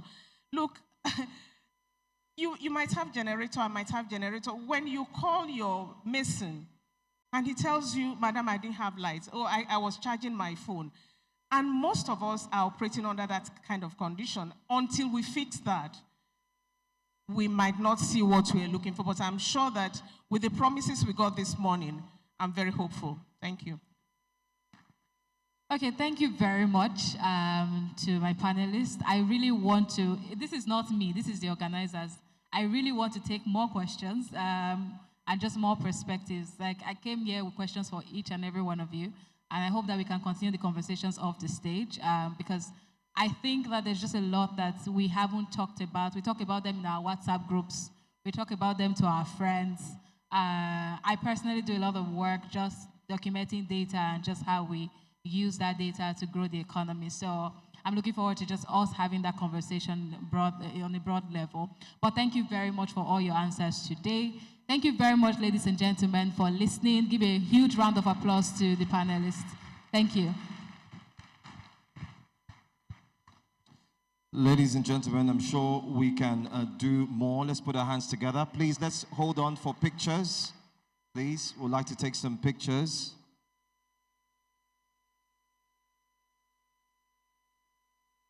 All right. Okay, so let's try and get the picture arrangement. A lot of people have said they still want to hear from the panelists. So I'm sure that the media team will be ready to have a brief interview with them as well.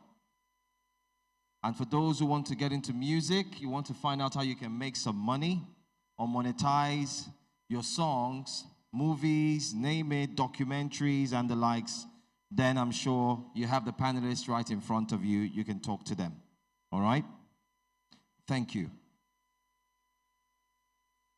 As we thank our panelists and discussants, thank you. We'd like to move on quickly and listen to our second keynote session.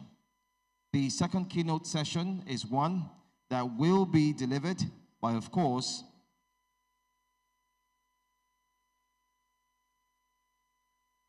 okay? All right. Thank you so much.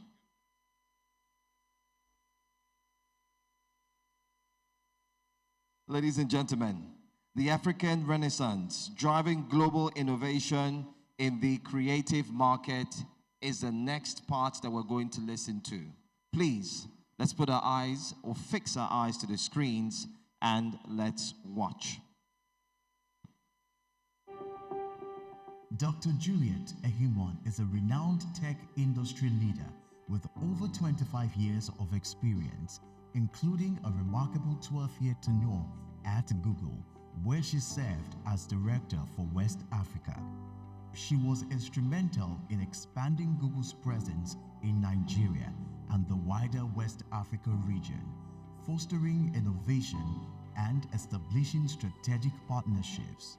Dr. Juliet Ehimon is the founder and CEO of Beyond Limits and the author of the book 30 Days of Excellence. She is a respected thought leader, coach, and tech ecosystem advocate. She serves on numerous boards across multiple industries, including finance, FMCG, oil and gas, education, and non-profit organizations.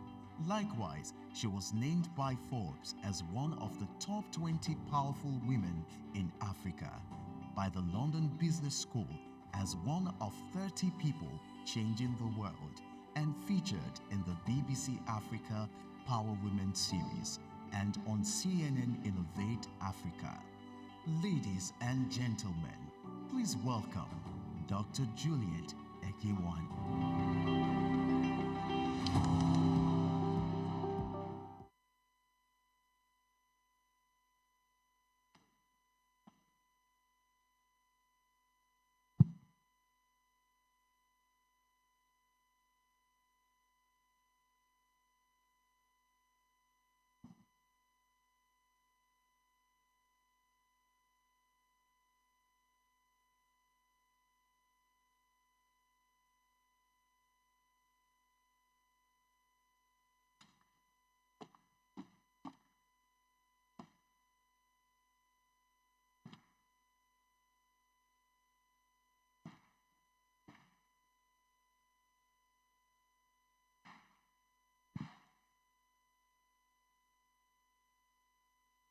Good afternoon, Lagos.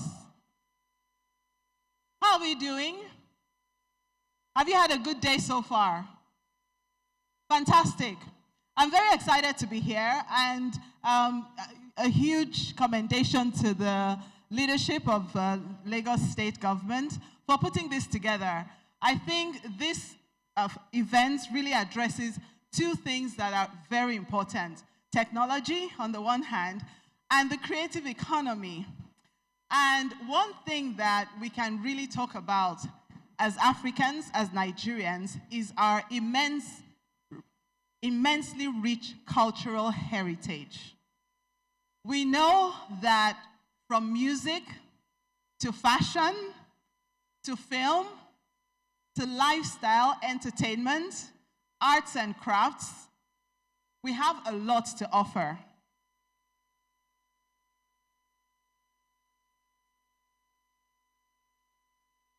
And it's really great to see increasingly that creative potential taking center stage. And increasingly as well, there are a number of benefits that we're seeing as we grow and really take the stage from a creative perspective. One is just the fact that we're increasingly able to share our culture and our diversity with the rest of the world, and also with the advent of a lot of technology tools, also being able to monetize that talent and that creative content. We talk a lot about diversifying our economy. One of the great things happening today is the fact that with digital platforms, we have an opportunity to monetize and share our creativity with the rest of the world and attract foreign investment in. So that's a way of diversifying the economy. We're exporting culture, exporting our talents, and that's increasingly contributing to the economy. We heard the governor mention earlier this morning that the creative economy contributes 6.1% to global GDP. And in most countries, the creative economy accounts for 2 to 7% of GDP.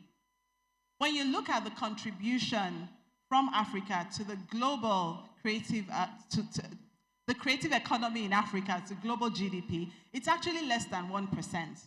So even though we're excited about the developments that we're seeing, we're excited about the trends, there's still a long way to go. If we look at some of the figures up here, there's a projection that the creative economy can contribute by 2030 to Africa to the tune of $500 billion. Now, how we define the creative economy continues to evolve. You know, we can be talking about creative exports, we can be talking about music, fashion, lifestyle content, and so on and so forth, right? And so you may see different numbers when it comes to estimating the potential of the industry. But I use this number because it's the largest I've seen so far. And to actually bring to context the fact that even though this seems like a large number, 500 billion, when you consider the fact that the projection for Africa's GDP by 2030 is going to be 3.1 trillion, it's actually a small number. We should be doing a lot more, given that if there's one thing we're known for, it is our creative talents, right? We should be dominating the space. We should be exporting at scale, right, in this space. And so it's really important to look at what's going to accelerate growth in this space.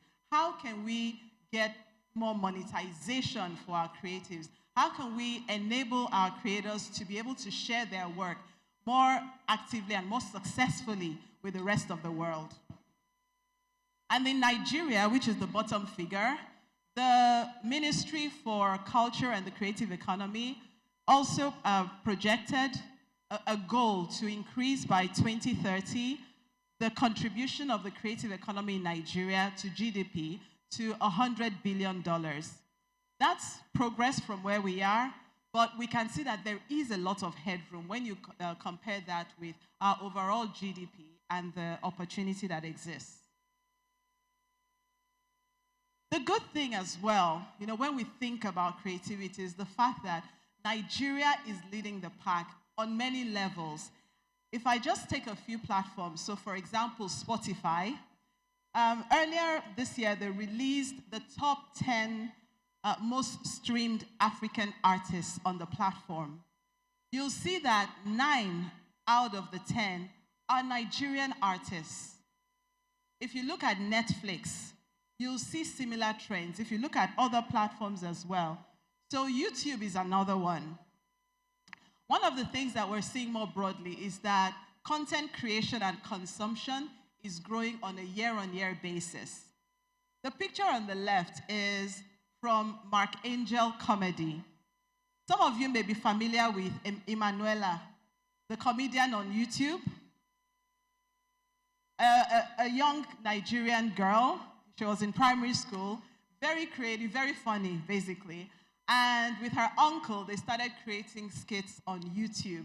And because the content was great, it became very popular and was consumed by audiences, not just in Nigeria, but around the world. And in 2017, their channel on YouTube hit 1 million subscribers. Now, that was a unique achievement at the time, to the point that we actually called them out and gave them a plaque. I was running Google for West Africa at that time. So we called them out and gave them a plaque in recognition of that achievement, which was rare. But fast forward to today, we have several channels in Nigeria, over 45 channels that have exceeded 1 million subscribers. And what that means is very likely on each of these channels, you have hundreds of millions of views. So, upwards of 100 million, in some cases 300 million, in some cases over 1 billion views on content. Why is this important? It's important because each of those views translates into money. You can monetize these views. That's what I was talking about earlier, about